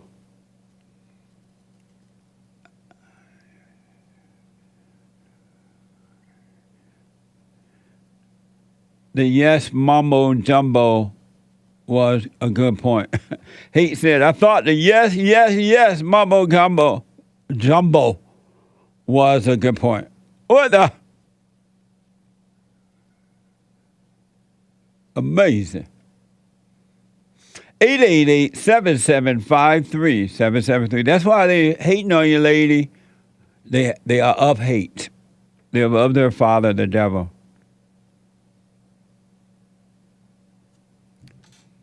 Let me go to, is it Tito? Tito, out of first time call out of Indiana. Tito, welcome to the show. You're on the air. Thank you so much, Jesse. It's a pleasure to be on your show. Thank you, man. I appreciate it. So I was calling today because I just wanted some advice on overcoming my anger. I have a desire to be a good man of God, and I know I'm just struggling. And you want to overcome that anger? Yes, sir. Have you heard me say, go and forgive your mother? I have, and I thought about it. I just don't know exactly what to forgive her for. My parents, they're separated now, but growing up, I had both parents in the home. They were married. They, raised us in Christian church, and I love them both. I just don't know what to forgive her for. Well, any man, how about your father? You forgive him? I've not forgiven him, and I'm not sure what to forgive him for either, because he's always been there. I still talk to him today. And he's a man of God. He's always, taught us the Bible and taught us that, God is love and to follow him. But when I was young, I don't know, I strayed away. And ever since then, I haven't come back. So your mother made no mistakes in raising you? There was nothing you wish she had not done or would stop doing even now? I'd say, no, that's not true. I'd say that she babied me too much. I was the youngest of four kids, and I was just babied too much. She didn't let me just grow up in the way I probably should have, and she wanted to keep me close. And when you would tell your father to help you deal with that with her, did he go and make her back off? What did he do when you asked him to tell your mother to back off? I never asked him to back off. I didn't know any better. I feel like I just thought that was the way it was supposed to be. So you never asked your father to help you deal with your mother? No, sir. Why not? I didn't think I needed help dealing with her. But you didn't like the fact that she was imposing herself on you like that? That's true. That's a good point. At the time I didn't like it, yeah, but I guess I just didn't know enough for myself because I was so young. How old are you now? I am 26. Oh, okay. And have you got to go and forgive her for that and forgive your father for not protecting you from her doing that to you, because look what it has done to you. Yeah, that's true. That's one thing, but have you tried the silent prayer yet? I have not. And this is how I know the devil's a liar, because every time I go, because I'm a maintenance man, so I'm on call and stuff. Right. And every single time I go to put it on and listen to it, I get an emergency call from work and I have to go. And it's just real ironic, but at the same time, I could, try and just do it again when I get back. Yeah, you can do it. Wake up early in the morning enough, early in the morning and do it the last thing before you go to bed at night. But you would see why you resent your mother and your father. But most kids and adults don't resent their father. And those who do, they resent their father with their mother's resentment. It's not their own. They're yearning for the father. But forgive your mother for that. Tell her, you know what, I resented you for spoiling me like that. It has made my life difficult. And I know now you can help it. And God will forgive you. Don't ask for forgiveness. You forgive, apologize for resenting. That's what that's what forgiveness is. And do the silent prayer, you'll be fine. Sweet. But okay. ask your father, why didn't he protect you from her doing that to you? Okay, I will. And you will see that he's afraid of your mother. He's like, I can't do that with her. She's just that way. And what he's saying is, I could not handle your mother. Okay. And even though I had a good father that raised me and stuff, do you feel like he probably still needs to forgive his parents? 100%. Because had he been a good father, I realize you're saying he provided and all that, but had he been a good father, he would have known to protect you from your mother. And he would have done it. Right. But instead, he was hiding behind the Bible. Wow. Yeah, that's correct. Yeah. Wow. And that's why you fell away from the church, because what they were doing was not legitimate. It wasn't real, so it wasn't helping you anyway. Yeah, I believe that 100%. You know, churches, I kind of don't, I don't like churches nowadays. I've tried them over the years because I really fell away from the church when I was like 14, 15. Yeah. And I've tried going back. But what always pushes me away is that I see the pastors and the higher-ups, you know, ushers, whatever, they're all judging people that aren't doing what they want. And that, for me, was like, I don't know, I was just able to see through it. You know, if you're judging them, then what else are you doing that's real for God? So the church people, including the pastors and preachers and so-called evangelists or whatever, they are worse than the non-church people. They are more judgmental than a person that has never seen a church or a Bible. The church people are the worst. And yet, it's a little better to have that than to have nothing, because if they were not have this phony belief in God, they would be totally out of control. So it still it contains them a little bit, but they're still the most judgmental people on this side of heaven. Wow. So forgive them too. They're intellectual. They don't know God. They talk about Him. They preach about Him, but they don't know Him. They just intellectually know Him, and that's not, I know about Him, but that's not knowing Him. They cannot help themselves. So forgive them as well. They know not what they do. Okay. I will forgive them as well. Yeah, but forgive your mother. Forgive your mother for spoiling you, and your father for not protecting you from her. He does not know how to handle your mother, because he has not forgiven his mother. I mean, evidently, my mom left him, so. See there? Yeah. Amazing. So start with that, and one thing will lead to another, and you'll be fine. Awesome. Thank you so much, Jesse. All right, let me know how it goes, all right? I will call you back once I've forgiven them, and yeah, for sure. All right, buddy. Thank you so much. Okay. Every human being that comes through the woman must be born of the Spirit of the Father. You must forgive. Forgive your mother, and your heart will change. God will change it. Forgive your father for not protecting you from her. He couldn't help it. They both could not help themselves. And that's what it means to honor their parents, not to resent them. It doesn't mean mama got to come live with you. It doesn't mean you're obligated to take care of them, but you will if you want to. And if you don't, you won't, but you won't feel anything about it. You won't feel guilty, but you must forgive. Jarvis is a first-time call out of Arizona. Jarvis, welcome to the show. You're on the air. Hey, hello? Hey, Jarvis. Hey, how you doing, Jesse? All is well. Do me a kind favor. Hold on, man. I didn't know we were right at the top of this hour.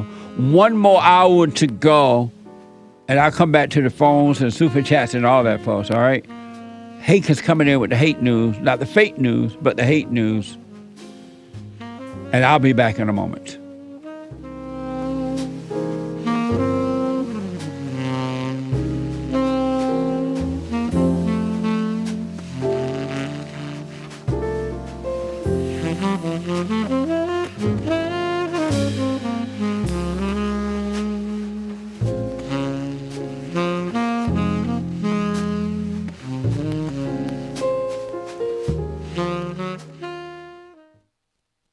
You can't run from evil within yourself or outside of self. You got to deal with it. And you need good in order to deal with evil. And God is good.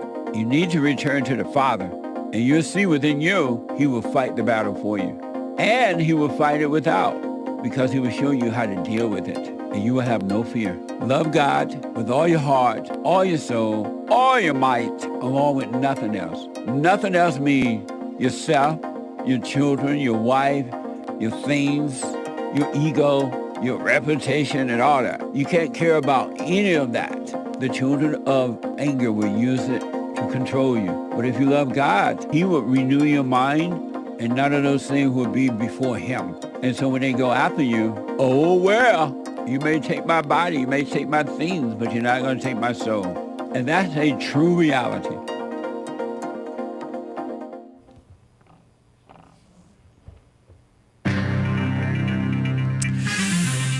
There are headscarf police in Iran, and there was a crazy murder situation in Gilgo Beach. Ever heard of that? And the DeSantis campaign is burning through cash, according to the Far Left Morning Brew. This is the end of Hour 2 of the Jesse Lee Peterson Show. It is Monday. Everybody loves Mondays, July 17th, 2023 AD. Stay tuned for Hour 3. Last hour with JLP is coming right up. Back to your calls and more stories. But first, Hake News, not fake news. After the Jesse Lee Peterson Show, thehakereport.com. And stay tuned, by the way, for American Anchor Baby. Check out his YouTube channel and his community posts for updates. Nice. Coming Nonsense Network, CNN reports Iran's morality police will resume patrols to make sure that women comply with strict Islamic dress codes, so said state media on Sunday. 10 months after the death of a young woman in their custody triggered nationwide protests and perhaps riots, officers will first warn women who are not complying, while those who insist on breaking the norms may face legal action. A spokesman for Iran's enforcement body said the morality police and morality police, I don't know if they call themselves that. That's what the mainstream media here in America calls them, so-called America. I thought this was America. Cast into international spotlight last September when 22-year-old Mahsa Amini died 3 days after being arrested by the force for wearing her hijab or headscarf incorrectly and taken to a re-education center. Inside these facilities, detainees are given classes about Islam and the importance of the hijab and are forced to sign a pledge to abide by the state's clothing regulations before they were released. Sounds like they're treated almost as badly as the January 6thers, am I right? And Charlottesville people and other stuff. And Gilgo Beach. Did you hear about this? The arrest of a suspected serial killer, according to the far-left females at the Skim, is reigniting a conversation about so-called sex work. Last week, Suffolk County authorities charged 59-year-old Rex Howerman with killing at least 3 women in Gilgo Beach in Long Island, New York, over a decade ago. Police say he's also the prime suspect in the death of a 4th woman. Is it 4th or 4th? The women referred to as the Gilgo Four were known as so-called sex workers, also known as prostitutes, right? Or something, who advertised their so-called services on Craigslist, which I think, isn't that illegal? I don't know. At least 7 other bodies have been discovered in the area since 2010. Many of the victims were also dirty people like that, like those gals.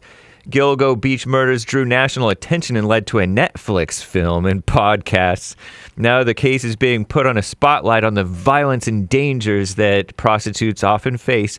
Prostitutes are also known to be, they call them sex workers. I'm calling them what they are. Prime targets for serial killers.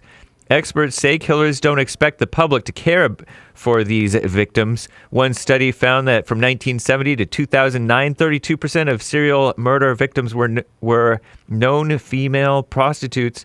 Another analysis found 80% of prostitutes experience violence or threats while working, so-called working, and that most cases go unreported because of little trust in the police. Also because they're criminals themselves, perhaps, right? Now, some prostitute advocates are again calling for states to decriminalize prostitution and help eliminate the stigma. Shameful. These ladies, and I use the term loosely, they're also asking the public to find the humanity of the people who do prostitution, they call it sex work, in an effort to stop the cycle of violence. What a mess. For more than a decade, the supposed families of the Gilgo Beach victims have been looking for answers. Now they get one step closer to so-called justice. Some are raising awareness of the violence that prostitutes face. The DeSantis campaign. This weekend, we got a detailed look, according to the Morning Brew, in the finances of the 2024 presidential candidates. DeSantis is burning through money like he's Adam Newman in 2017 or something like that. Whatever that means. Desperately need replenishment. So if you support him, whatever. raised an impressive $20 million in the second quarter, but spent about 40% of the amount he raised. I'm James Hake. Now back to JLP, Hour 3.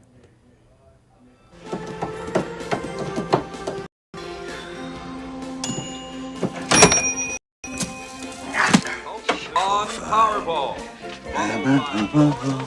Out of the way, Slick. Come on, baby. Come on. I got to win $1 million. Featuring the best entertainment. Remember to win the jackpot, correctly match 5 white balls plus the red Powerball. Our first number is a 7. White human beings thought there's a world here and we own it because they are so corrupt. You know, there's number 4. And next up is a... It won't surprise you to hear that I find the SCOTUS ruling on affirmative action yesterday to be unbearably and unspeakably awful. You are a fucking pawn of white supremacy. Come on! The schmuck doesn't know what's happening. 25. There's just one more white ball, and here it is. I have a major announcement right now. So the whole month is White History Month from now on. Happy White History Month.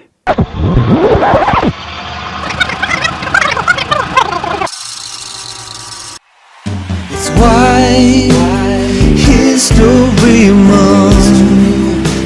I'm gonna celebrate with my friends. It's White History Month. So be sure to tell everyone there will always be different months to celebrate. This month's gonna be White History. Amazing. That was funny. That man tried to win some money there, and these black people, but with their mess, and I don't know what that other woman was, Asian or something. Amazing. And I ain't could even put that together. That's my first time seeing it. It was amazing. Happy White History Month, folks. You can get involved by calling 888-7753-773, 888-77-JESSE. Brand new biblical question. What is your nature? What is your nature? What is it? Do you ever ask yourself, what is my nature? We have every way that you can watch and support the show listed on JesseLeePeterson.com/show, JesseLeePeterson.com/show. And don't forget that you can listen to the show anywhere in the world. We are heard around the world by everybody and their mama. And you can listen to the show if you're busy right now and can't sit and watch it. You can podcast later, of course. But you can listen on your iPhone, iPad by calling the listen line at TalkStream Live on 641-793-1500. 641-793-1500. And don't forget to follow us, JLP Talk, on Twitter and Jesse Lee Peterson on Instagram. Hit the like button, ring the bell, subscribe. Y'all know what to do. What the? Happy White History Month, folks. I want to go back to Jarvis, a first-time call out of Arizona. Jarvis, thanks for holding. Go ahead. Hey, Jesse. Hey. First, I want to start off by saying thank you for your perspective on Christianity. It actually changed my life. I was in a fallen state, and I didn't know how to get out of it or knew what it was, but listening to your show actually guided me in the right direction. So I just want to start off by saying thank you. You're welcome, man. That's amazing. And my question was, how do I be around negative people that I love? Like, I'm around my grandmother a lot, and I love her to death, but she's like one of the most negative people. But, like, how do I still love her but not let her energy bleed on to me? Did you tell her how negative she was and that if she continues, you're not going to be around her? Yes. You told her?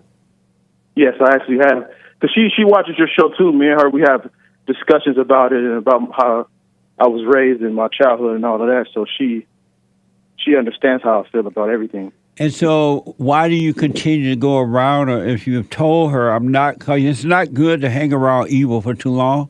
It'll overtake you. And so, why do you keep hanging around and knowing that she's so evil? She's unwilling to change. Because she raised me, so she's basically like my mom. So, but that's not a reason to be around evil. That's the evil in her. So, is it best to keep my distance? Or? Yeah. Yes. Okay. Because that spirit in her, and I'm going by what you said. I haven't talked to her, right? But that spirit in her hate the spirit in you. It hate the light in you, and it is constantly trying to destroy the light. That's why she won't stop. This thing is controlling her, and she can't help it. So you don't have to be around her. Oh, okay. Yeah, because a lot of family members, they kind of make me, like, they pressure me to be around family or people that's negative just because they're family. But like you said, I try to distance people that doesn't fit the way I'm trying to go and the energy that I'm trying to have. Yes. So yeah. And don't let evil pressure you to do that. Just wish them well. Don't be angry at them, but you move on with your life, because Christ came not to unite, but to divide. And he is dividing the evil from the good from the evil, right? And your own blood family member can be your worst enemy. I also had a second question, Jesse, if you don't mind taking it. Go ahead. I'm 24, and I'm what you call a recovering slut maker, if you would say. Yeah. So I'm trying to get out of that lustful thinking and look at women as people instead of just lusting after them. Right. Like, what would be your advice to settling down my lust? Do the silent prayer morning and night, and then during the day, practice keeping your mind where your body is. Your body is always present, right? Practice that, and your mind will be renewed, and you will you would no longer have to deal with that. It'll disappear because God will renew your mind. All of that stuff come from a mindset, the nature of the devil, right? And so when you have the anger, you develop the mind of Satan, and that's his nature. And so when your mind is renewed, the vices will disappear, and you would be able to treat every human being the same. Men, women, boys and girls, everybody the same. You would be in control of your world, not someone else. If you try to make yourself stop doing it, you're going to only get into it deeper, because it's spiritual. There's nothing you can do about it. It's enough to know that you don't want to do it, and it's enough to know to try to avoid it, but don't will it to be. You only get it deeper. And so when you see yourself looking at a woman in that way, just see that you're doing it, but don't do anything about it. Just see it. And seeing it would change it. The light of God will change it. You can't change it on your own. You may stop doing that, but you can go into something else or something else or something else. But when you let the light destroy the darkness, there's nothing else to go to but the light. So just seeing that you feel that way, seeing that you're looking at them that way is all you need to do. And it'll disappear. Your mind will be renewed. And you will have a clearer mind. Yeah, I just want to get into that flow state of having a clear mind and just being able to get done what I need to get done. But yeah, well, the devil is working. Stay with the prayer and watch the thoughts. You're not your thoughts. You don't create those thoughts. They're not from God. They're straight out of hell. And the devil will have to depart from your mind if you stay with the light. Stay with the prayer. Okay. All right? All right. Thank you so much, Jesse, man. That helped a lot. You're doing God's work, man. Continue doing what you're doing. Thank you, man. I wish you well, all right? All right. Thank you. All right, buddy. 888-7753. That's the line open. Alex is out of Pennsylvania. Alex, welcome to the show. You're on the air. Good morning, Jesse. Happy White History Month. Happy White History Month. July. And happy birthday to Hake. That's amazing, huh? Oh, yeah. But I just wanted to give you a quick shout out on some of your books and products. First off, I got the White History Month shirt. Nice. I was wearing it all this morning when I was doing my workout. And also, too, I ordered 2 of your books. I ordered The Antidote, which I didn't read, and I just read the 7 Guaranteed Steps to Spiritual, Family, and Financial Success. And it's a great book. It's a good read, and I think everyone that's kind of wanting to start a business or be more independent should definitely pick it up. So. Amazing. Thank you. Yeah, it's an amazing book. Wait until you read The Antidote. It's going to blow your mind.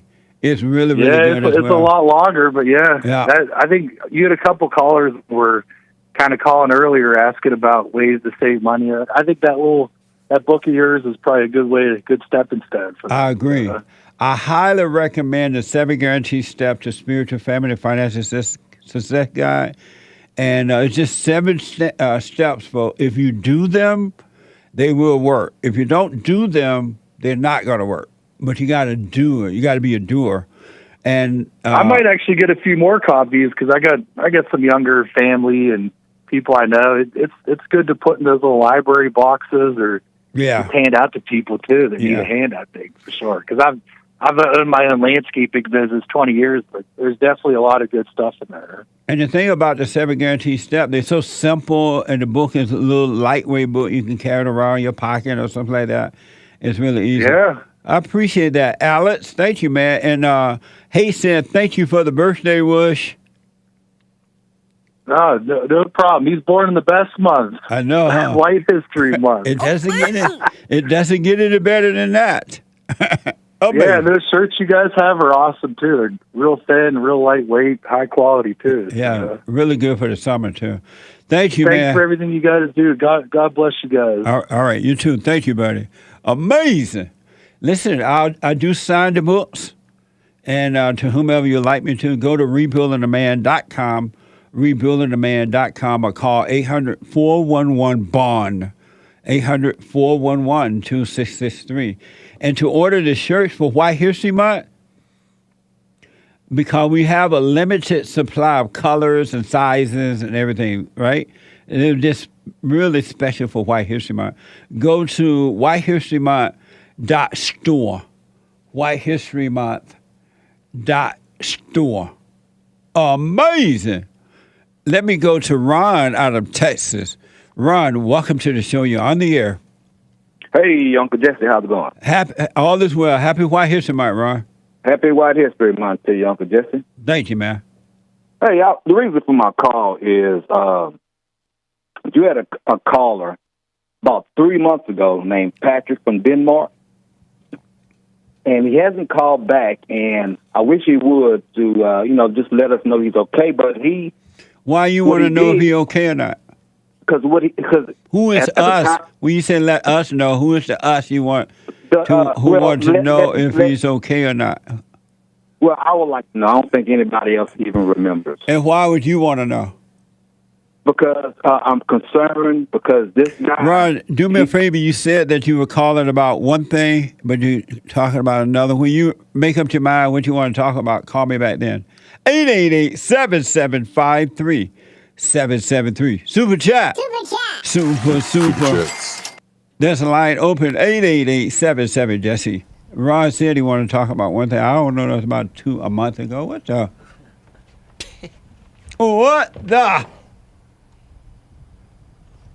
Indeed. What a mess. What a mess. So typical. I know. Ron. Mario Uvaldo on a Bond YouTube channel gave a super chat in the church with JLP. No, thank you. Said, good morning, Jesse and crew. Hope you guys had a wonderful weekend. Happy birthday, James. Best wishes to you. Party face smiley emoji blowing the thing with the cone hat thing and confetti. Join it up. Beers clinking, root beers, cream sodas.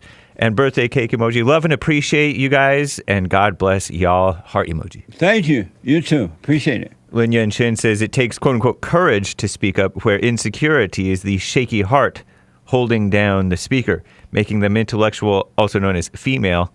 They say they see speaking as a fight instead of relaxing into being themselves.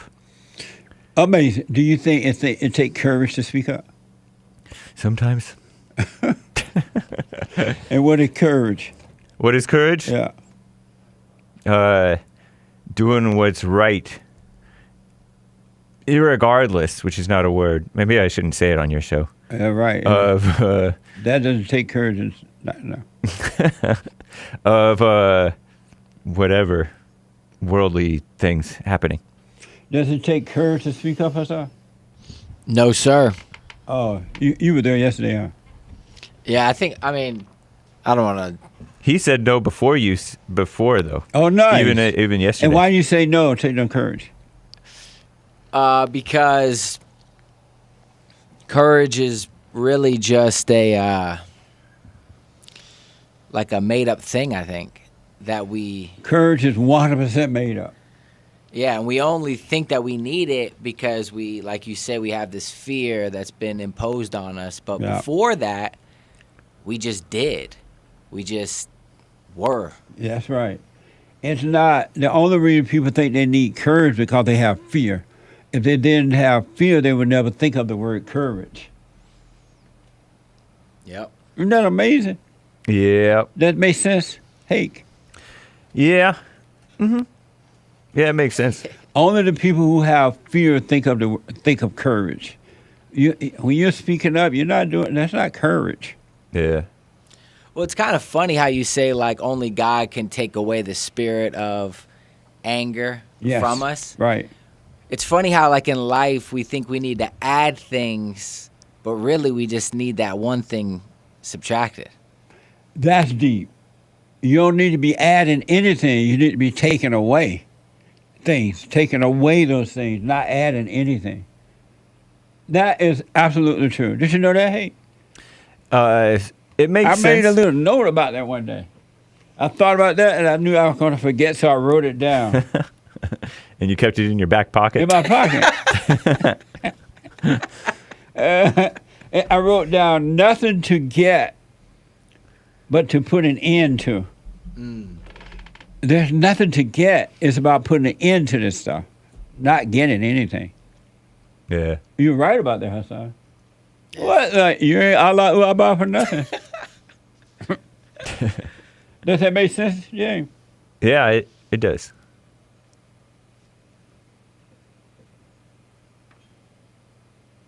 And that's what, there's nothing to get. And I've noticed that in my life over the last 30-some years.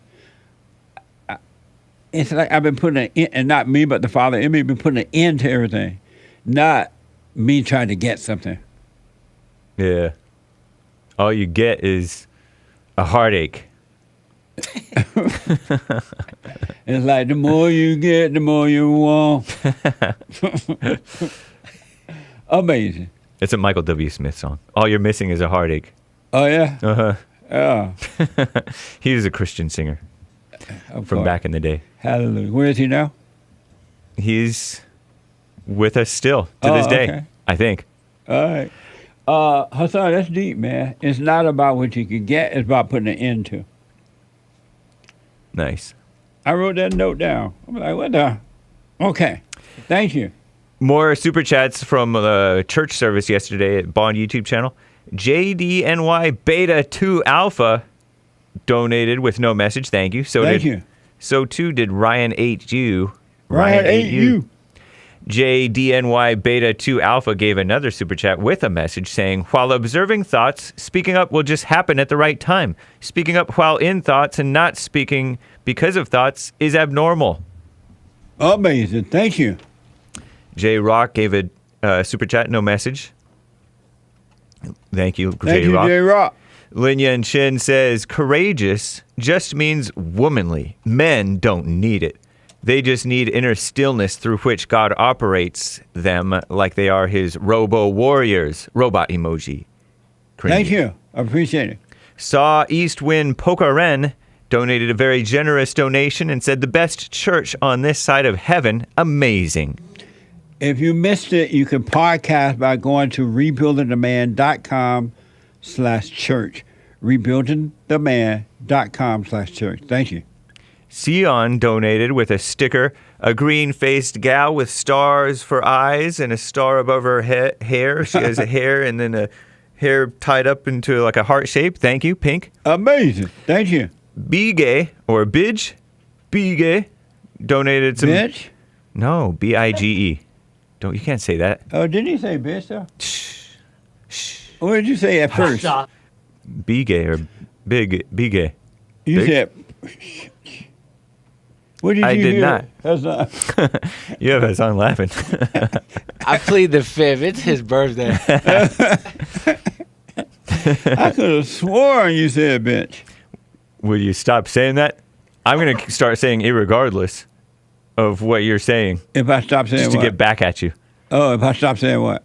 That word. If I don't stop saying Stop what? saying that. What? Moving on. Be gay donate or big. Bidge?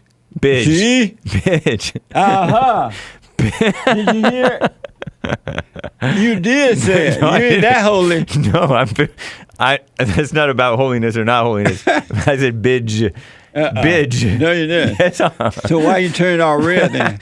All pink? Because now I finally know what you're talking about, and plus it's a little embarrassing. No. But irregardless, I did not. Irregardless of what you think you heard. You don't need to say that word now because you just proved I was right. It's hot in here. You sweat like an anchor baby. Only because it's funny. Only because you hurt yourself. No. I got to watch out. Otherwise, I may get an aneurysm or something.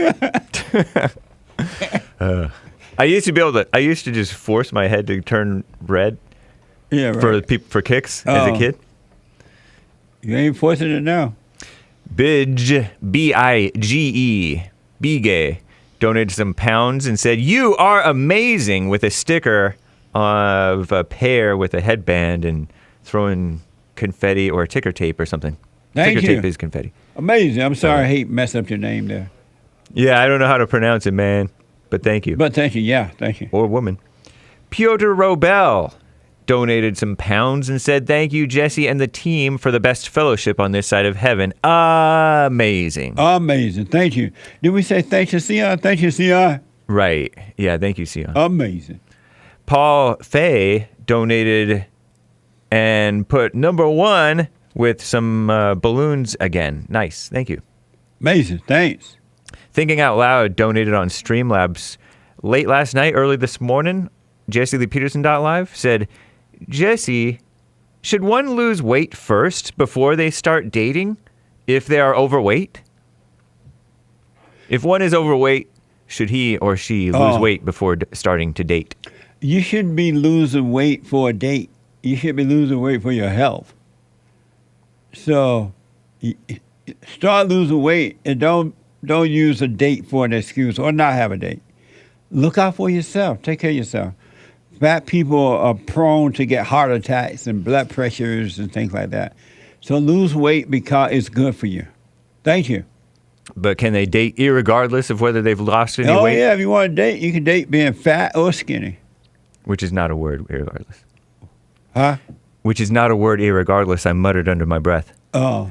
Riley JM donated on Streamlabs a couple of Streamlabs donations saying, "The only reason to have a wife is to have a family. If having a wife is to only have someone who can cook and clean for you but not have kids, isn't that going back to mama's comfort? A man should be able to cook for himself and keep himself clean," he says. That's right. Absolutely 100%. And normally, when you're growing up, your parents will show you how to do that, too. They would put the emphasis on the woman doing the cooking and stuff, but they would show the boys how to do it, too, just in case they never got married to have a wife do it. Absolutely. Riley JM says, "When I was 8 years old, I was helping my dad with his landscaping business. I helped wheelbarrow gravel and laid in grass." As in laid the grass. Right. "And I watched my dad lay out sprinkler systems. I also rode a 50cc motorcycle and went on some sweet dirt jumps." At least you weren't out there like that little black boy stealing cars and went at gunpoint, according to the report. and the police chasing you. Good answer. You were working. That's the way to do it. Thank you. Star Sion bought a coffee on buymeacoffee.com. Buy me a coffee. .com/JLP Talk. Jesse, boo! Heart, bear emoji. "Happy birthday to James Hank," as Earl used to call him. crying sad face emoji with a single tear. Give Jesse a high five right now for your birthday or you're fired, she says. And I say, no. And I hold my hands down so I don't have to do the high five. Boy, and she spells it B-O-I, sit with a chair emoji down. It's your birthday party face emoji. Amazing. Thank you. Happy birthday, Hake. Appreciate it, Sion. Mav Angel donated a Ninja Guinea on D Live saying, happy birthday, Hake. Hake is amazing. Thank you, man. Kid Combo 1 gave a diamond, said HBD to Hake, and HBD to Wrinkle Hands, Bing Bong Mist, shocked face emoji, okay sign, and cloud dust emoji. HBD is happy birthday. Thank you. Happy birthday. Thank you. Lord Bibi 42 says, happy birthday, Hake. 42 is the best number. Little Caesars Pizza Party. Let's go. By the way, pepperoni pineapple pizza isn't a myth. I've seen it. I've had it. And I avow it. Peanut butter hot dog, though? Rest my case. Peanut butter hot dog, though. Love you, Jesse, but you on your own there, playa. Hey, don't knock it until you try it. So what I recommend, get one piece of bread, light bread, whatever kind. White bread? No. Sourdough? Whatever kind. Hot dog bun? No. Wonder bread. Yeah, something like that. Oh. But people they don't like the white Wonder bread. They like the wheat, whatever type of light bread you like. Nice. And put some peanut butter on it, on the bread. Boil the hot dog. Boil it? Yeah. You can fry, but grill boil it. How about grill? Grill, fry, or boil. And put it on the bread with the peanut butter already there. What the? Fold it. My mouth is watering. It is. See there?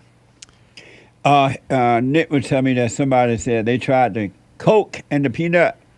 Coca-Cola and put the peanut in it. You could try it with strawberry pop as well. It's even better. Pop is soda for the non-East Coasters. And then you get the bittersweet taste. Yeah. Nikki said, I'm going to try it today. I happen to have all those ingredients. Ooh. Wow. Nice. You're going to love it. And the last super chat, everything is upside down. Bought a coffee on buymeacoffee.com/JLP Talk. Buy me a coffee. Jesse, thank you for your advice to save 10%. This time I used my 10% to buy shares for the very first time. The opportunity just popped up and I took it. Peace to you all. Yeah, you too. I'm telling you from life experience. I'm not making this up. If you put 10% every time you make $1, put 10% into a saving account. Hopefully, you can find one with some little interest on it, and just leave it there. Watch yourself. Go on about your day. Pay your bills with the rest of the money. Buy some food. Put some gas in your car, or if you like a lot of millennials, you got to call an Uber driver. But have a little change on you. An opportunity will come. It will happen, and you will have the money to do it. And one thing will lead to another. What you don't know is life happens on its own if you get out of the way. So congratulations. Stay with it. It's going to get better. Thank you. One more super chat just came in on D Live. Kevin Webb gave a diamond saying, happy birthday, James. Thank you, man. Happy birthday. Thank you. And when you give what you can afford to give, what you want to give, what you can afford to. And it'll come back. Don't put yourself under stress trying to make yourself get 10%. That's another setup. You can't afford 10%, right? So God honors the man or the woman that give what they can give, not what they've been forced to give or trained to give or told to give. Give what you can afford to. And you'll be fine. Then you make more will come back and you can give more. I got to take a quick break. Thank you all for the super chat. Amazing. A quick break and I'll come back for your phone calls. Thank you so much.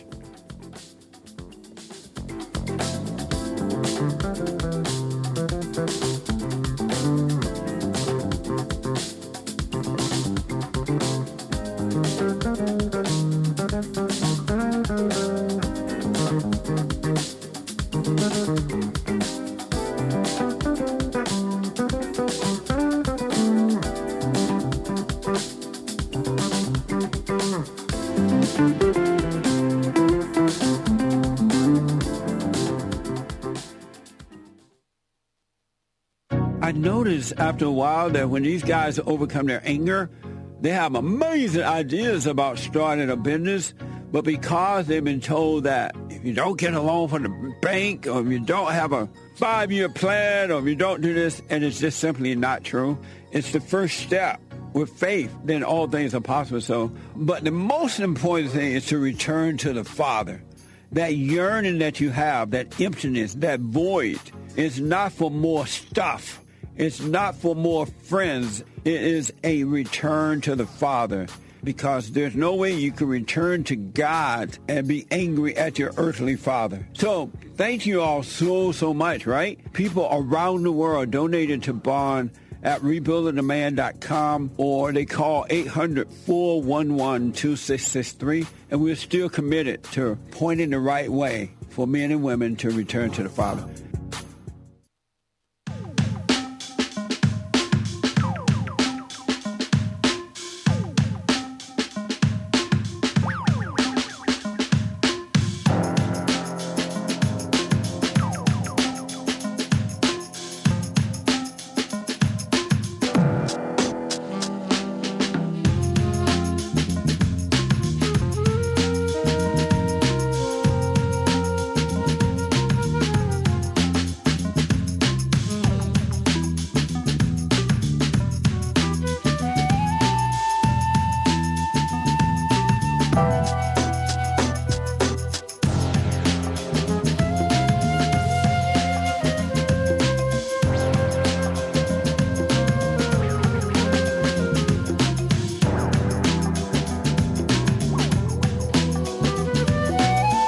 Okay, folks, welcome back. 888-77-JESSE.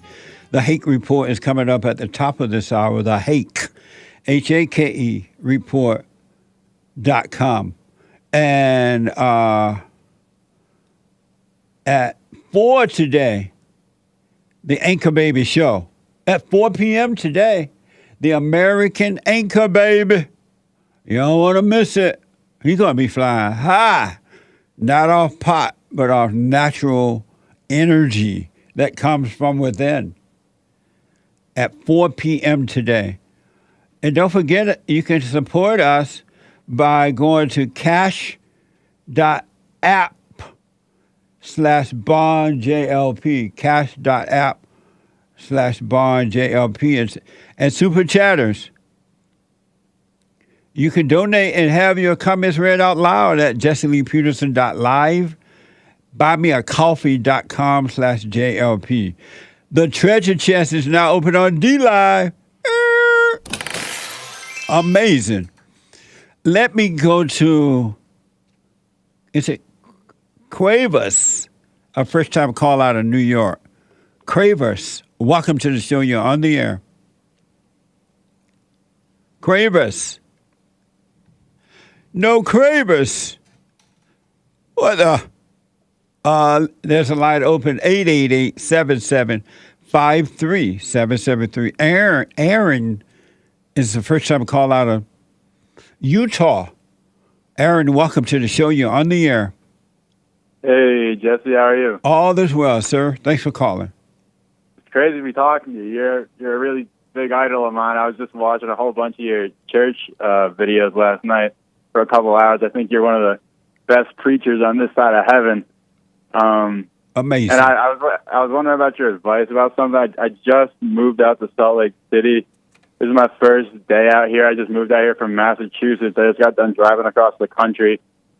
And I've moved out of my hometown like 4 or 5 times now to do various jobs out west for like the Forest Service or the Park Service, just random stuff. But I always end up like going back home after 4 or 5 months when I don't really want to, just because I want to like make a independent life for myself. But I feel like after a while, I don't know if it's like loneliness or fear, anxiety, or maybe I just stop being content with the job that I have. I always end up going back, and then I'll end up moving out. So I don't know if you have any advice on, just figuring something out, getting like on my own, figuring out how to be independent, and not going back home after a while. When the urge comes to go back, just notice it's a thought that comes first, And then the feeling of anxiety comes. Mm-hmm. And just notice that, and this time don't give into it. Lola, I don't know if you heard Lola call. She made the good point that when those feelings, she had this fear of going on an interview. And after she talked to me and she went and forgave, she went this time and she had that same fear, but she did nothing about it. She just went through the interview anyway. And that's what you do when the anxiety comes. Just relax in it, but don't do anything. Don't try to get rid of the anxiety. Don't go back to a comfort zone by going back home. This time, see it through and you'll be fine. Yeah, okay, right. Are you doing the silent prayer? Yeah, I've really started to pick up on it. I did it last night for a while. Like I tried to go longer than 15 minutes, and I did it a little bit this morning when I woke up. I'm trying to start doing it every morning and every night. Yeah. So I want this time to be different. And I was wondering, like, because I know that you said that you went off on your own when you were 18. Yeah. Did you ever have to like move far away from home when you were younger? And like, if so, how did you deal with that?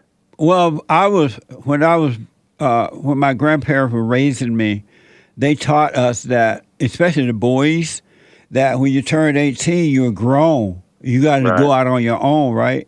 And they prepared us for that by teaching us to work and how to take care of ourselves around the house and things like that.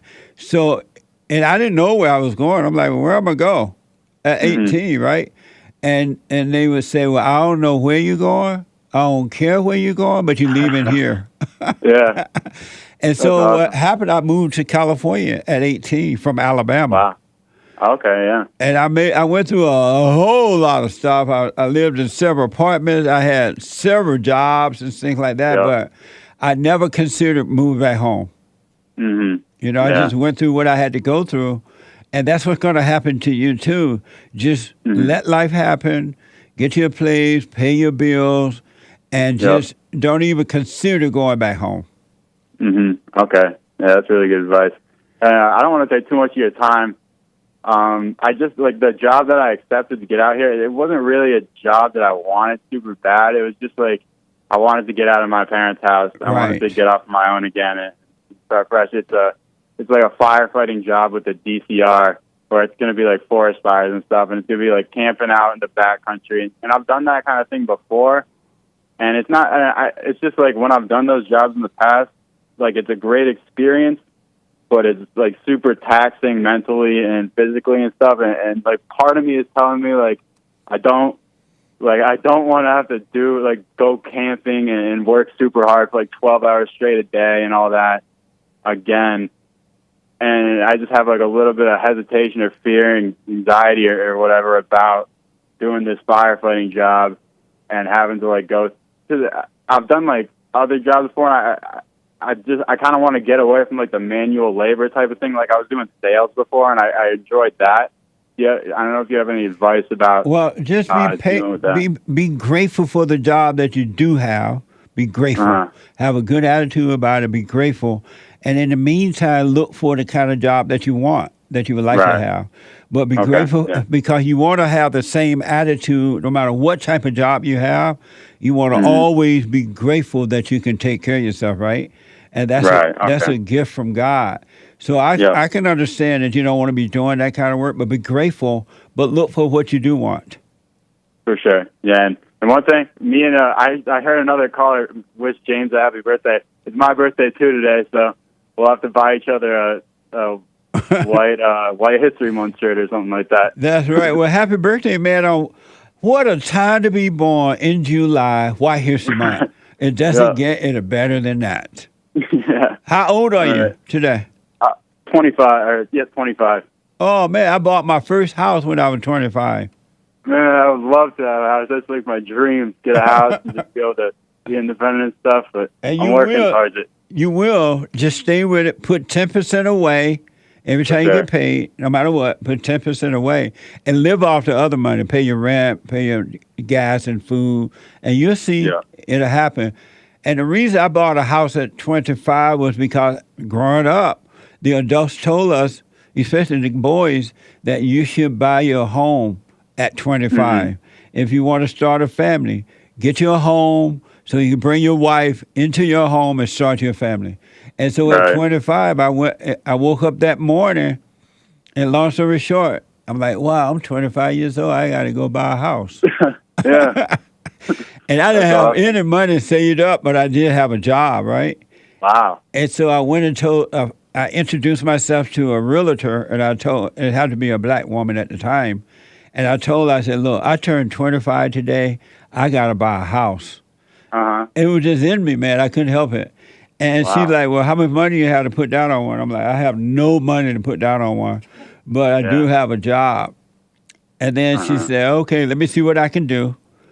And she started looking around, and she started calling me, and I would meet her. She would show me these different homes.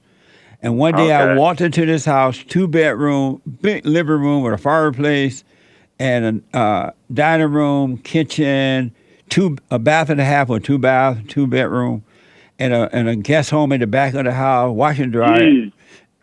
And I'm like, wow, this is the house. This is my house, right? But remind you, I had no money to put down on it. Right. And she said, okay, let me talk to the owner. And she went back and told him that, she had someone that wanted to buy the house. And the house was a suitable loan. The people just wanted to get rid of the house, and they wanted someone to take over their loan for them.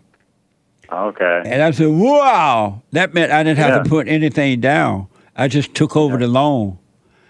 And that's amazing. And at the time, the whole house cost $20,000. That's nice. In a nice Jewish neighborhood.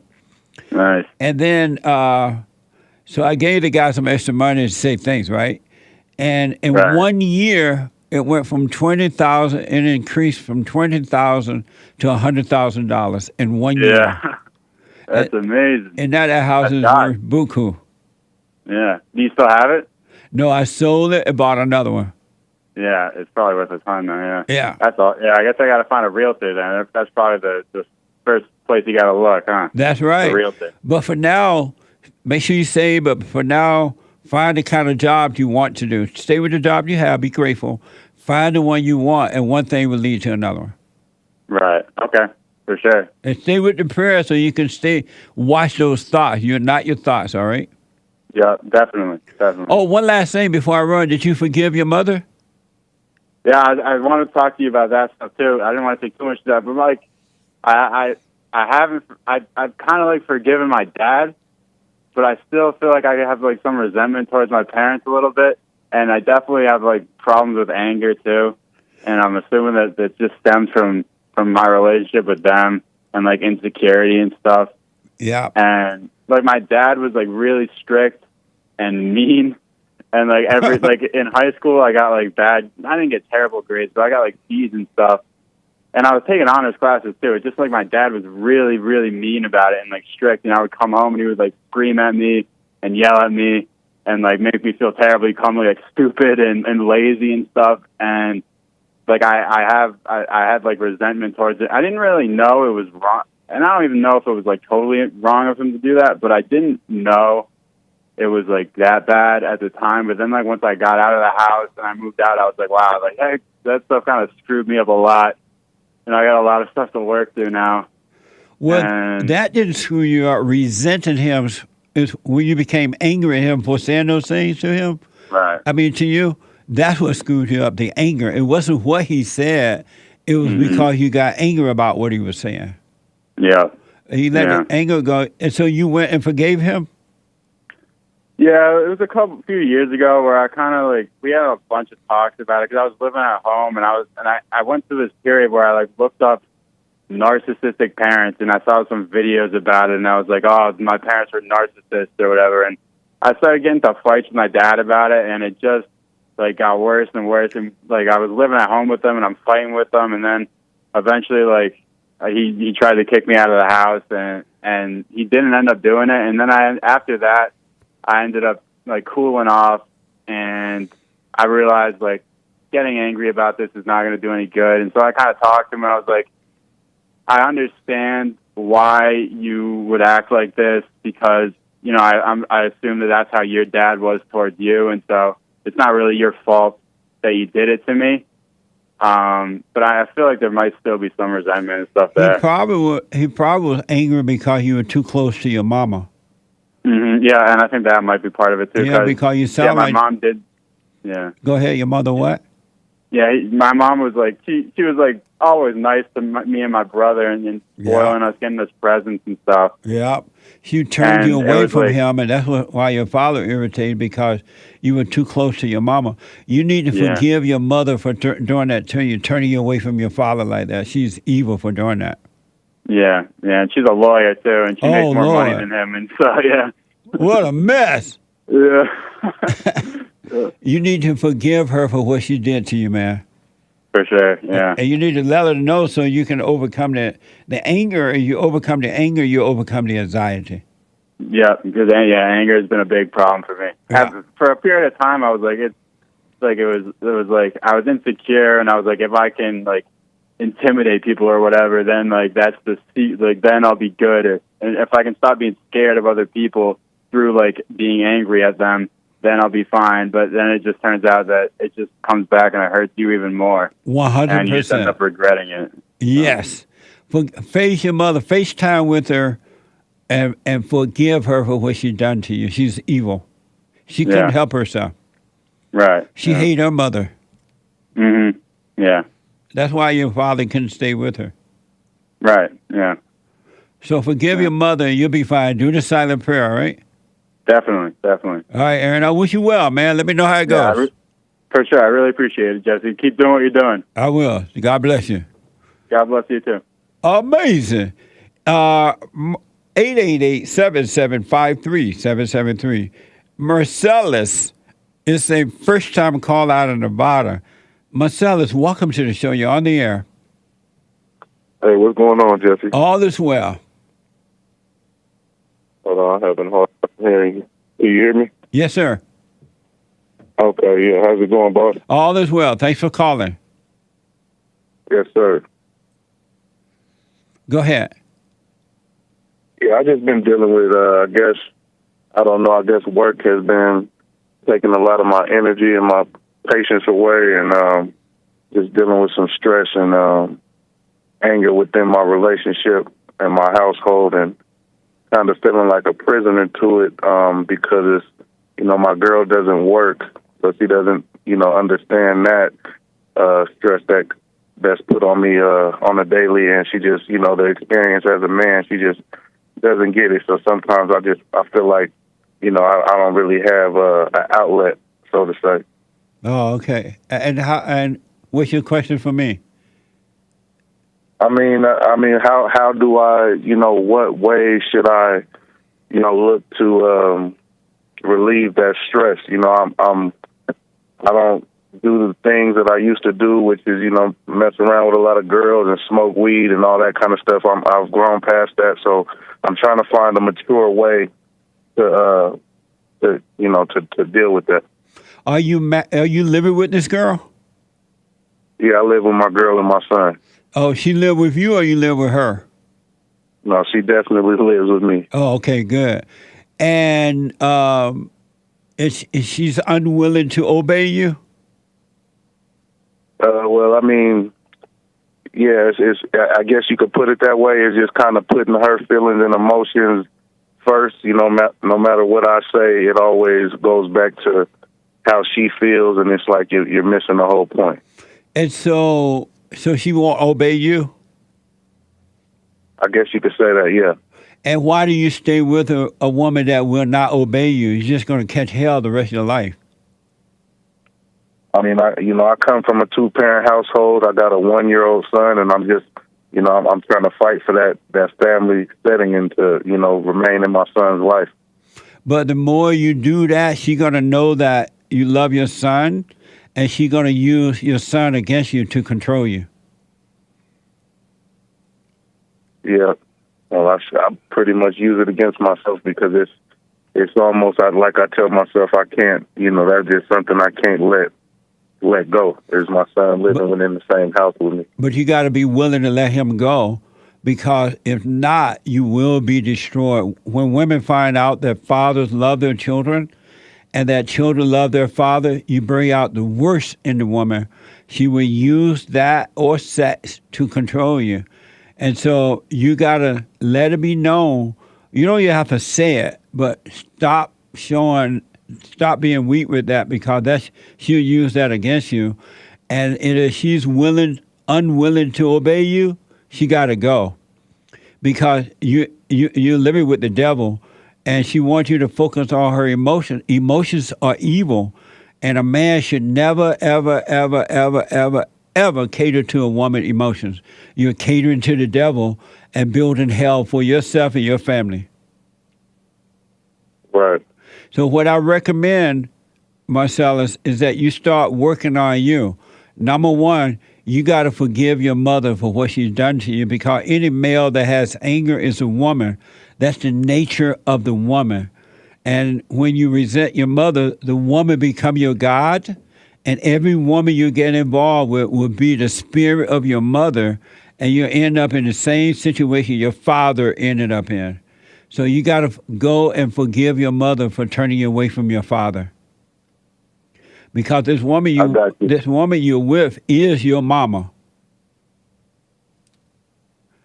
And then forgive your father for not protecting you from your mother. He didn't know how to deal with her because he was married to his mama. Your mother is his mother. So the cycle repeats itself generation after generation until someone breaks the cycle by forgiving their parents so that they can go free. And all that anger and anxiety will be taken away from you by God when you apologize to your mother for resenting her. She couldn't help herself. Okay, I got you. But you got to, from this day forward, show no weakness at all with this woman you're living with. You're with the wrong woman. If she's not going to obey you, you're just going to catch hell. And do not cater. And then she's like, oh, you don't cater to my emotions. It's about me.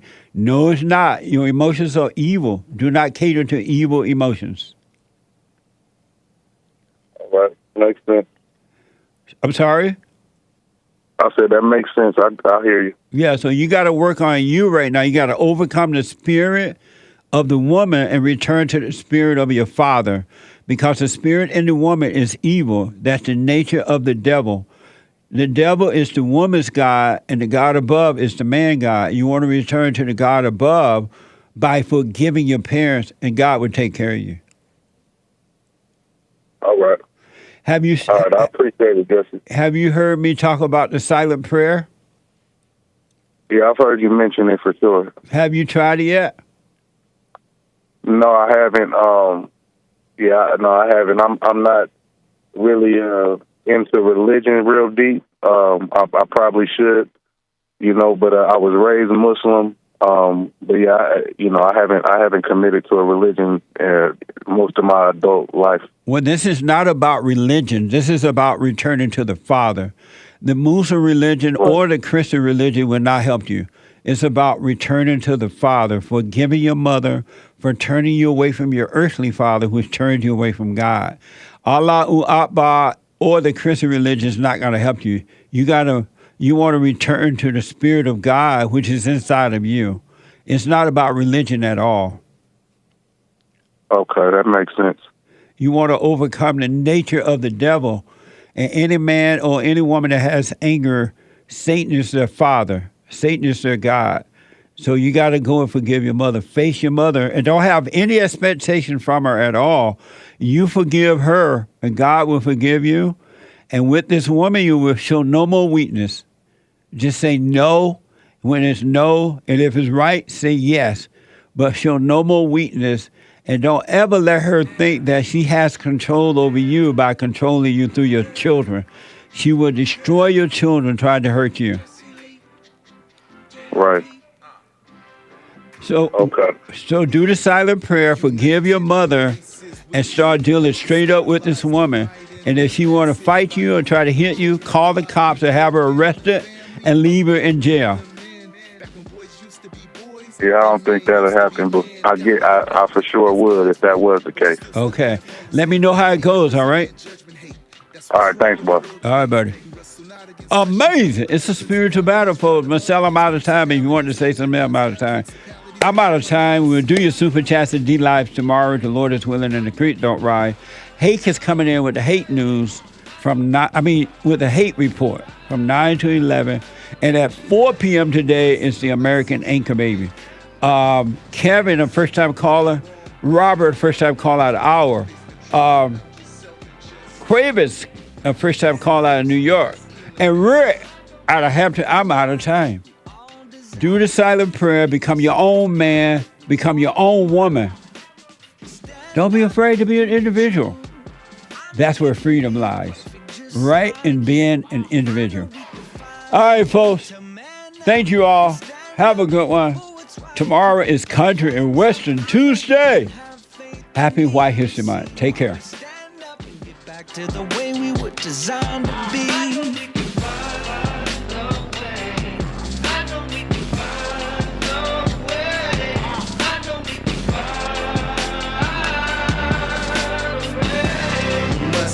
So you get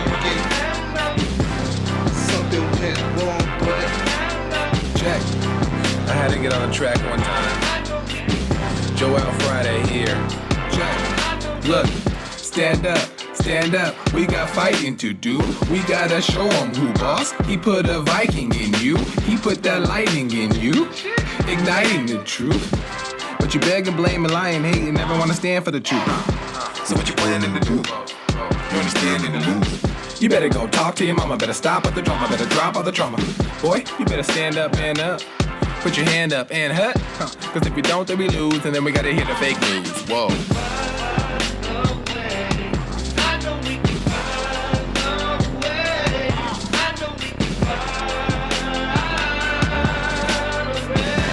You must know that so you get something went wrong, but face the truth about yourself and just seek first God's kingdom, cause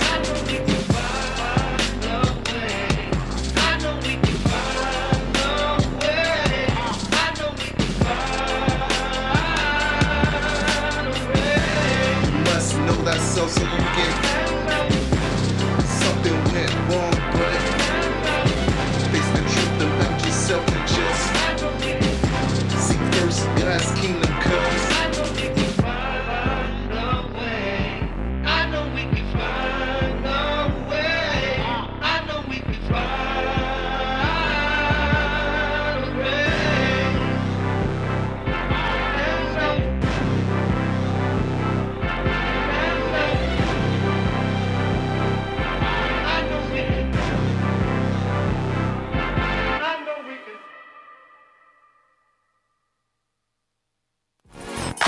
So, here's what I recommend. I invite you to download my silent prayer, and I want you to start doing it. You just download it, get the points of how to do it, and then after a while, you just do it on your own. It's going to point you in the right direction that your life will be returned to you from God. He will give you your life back, because anyone and all people who has anger, they're not themselves. You are the person that you are angry at. That's why it's so important to get to know yourself so that you can see who you're angry at. And if you're doing the hooping and hollering prayers and things like that, some people get up, oh, praise the Lord, hoop and holler, bless my mama, bless my daddy. Continue to do it. Do both. You will see if you want to stay with the hooping and hollering or do you want to be still and know God. So my gift to you, no charge, at rebuildingtheman.com/church.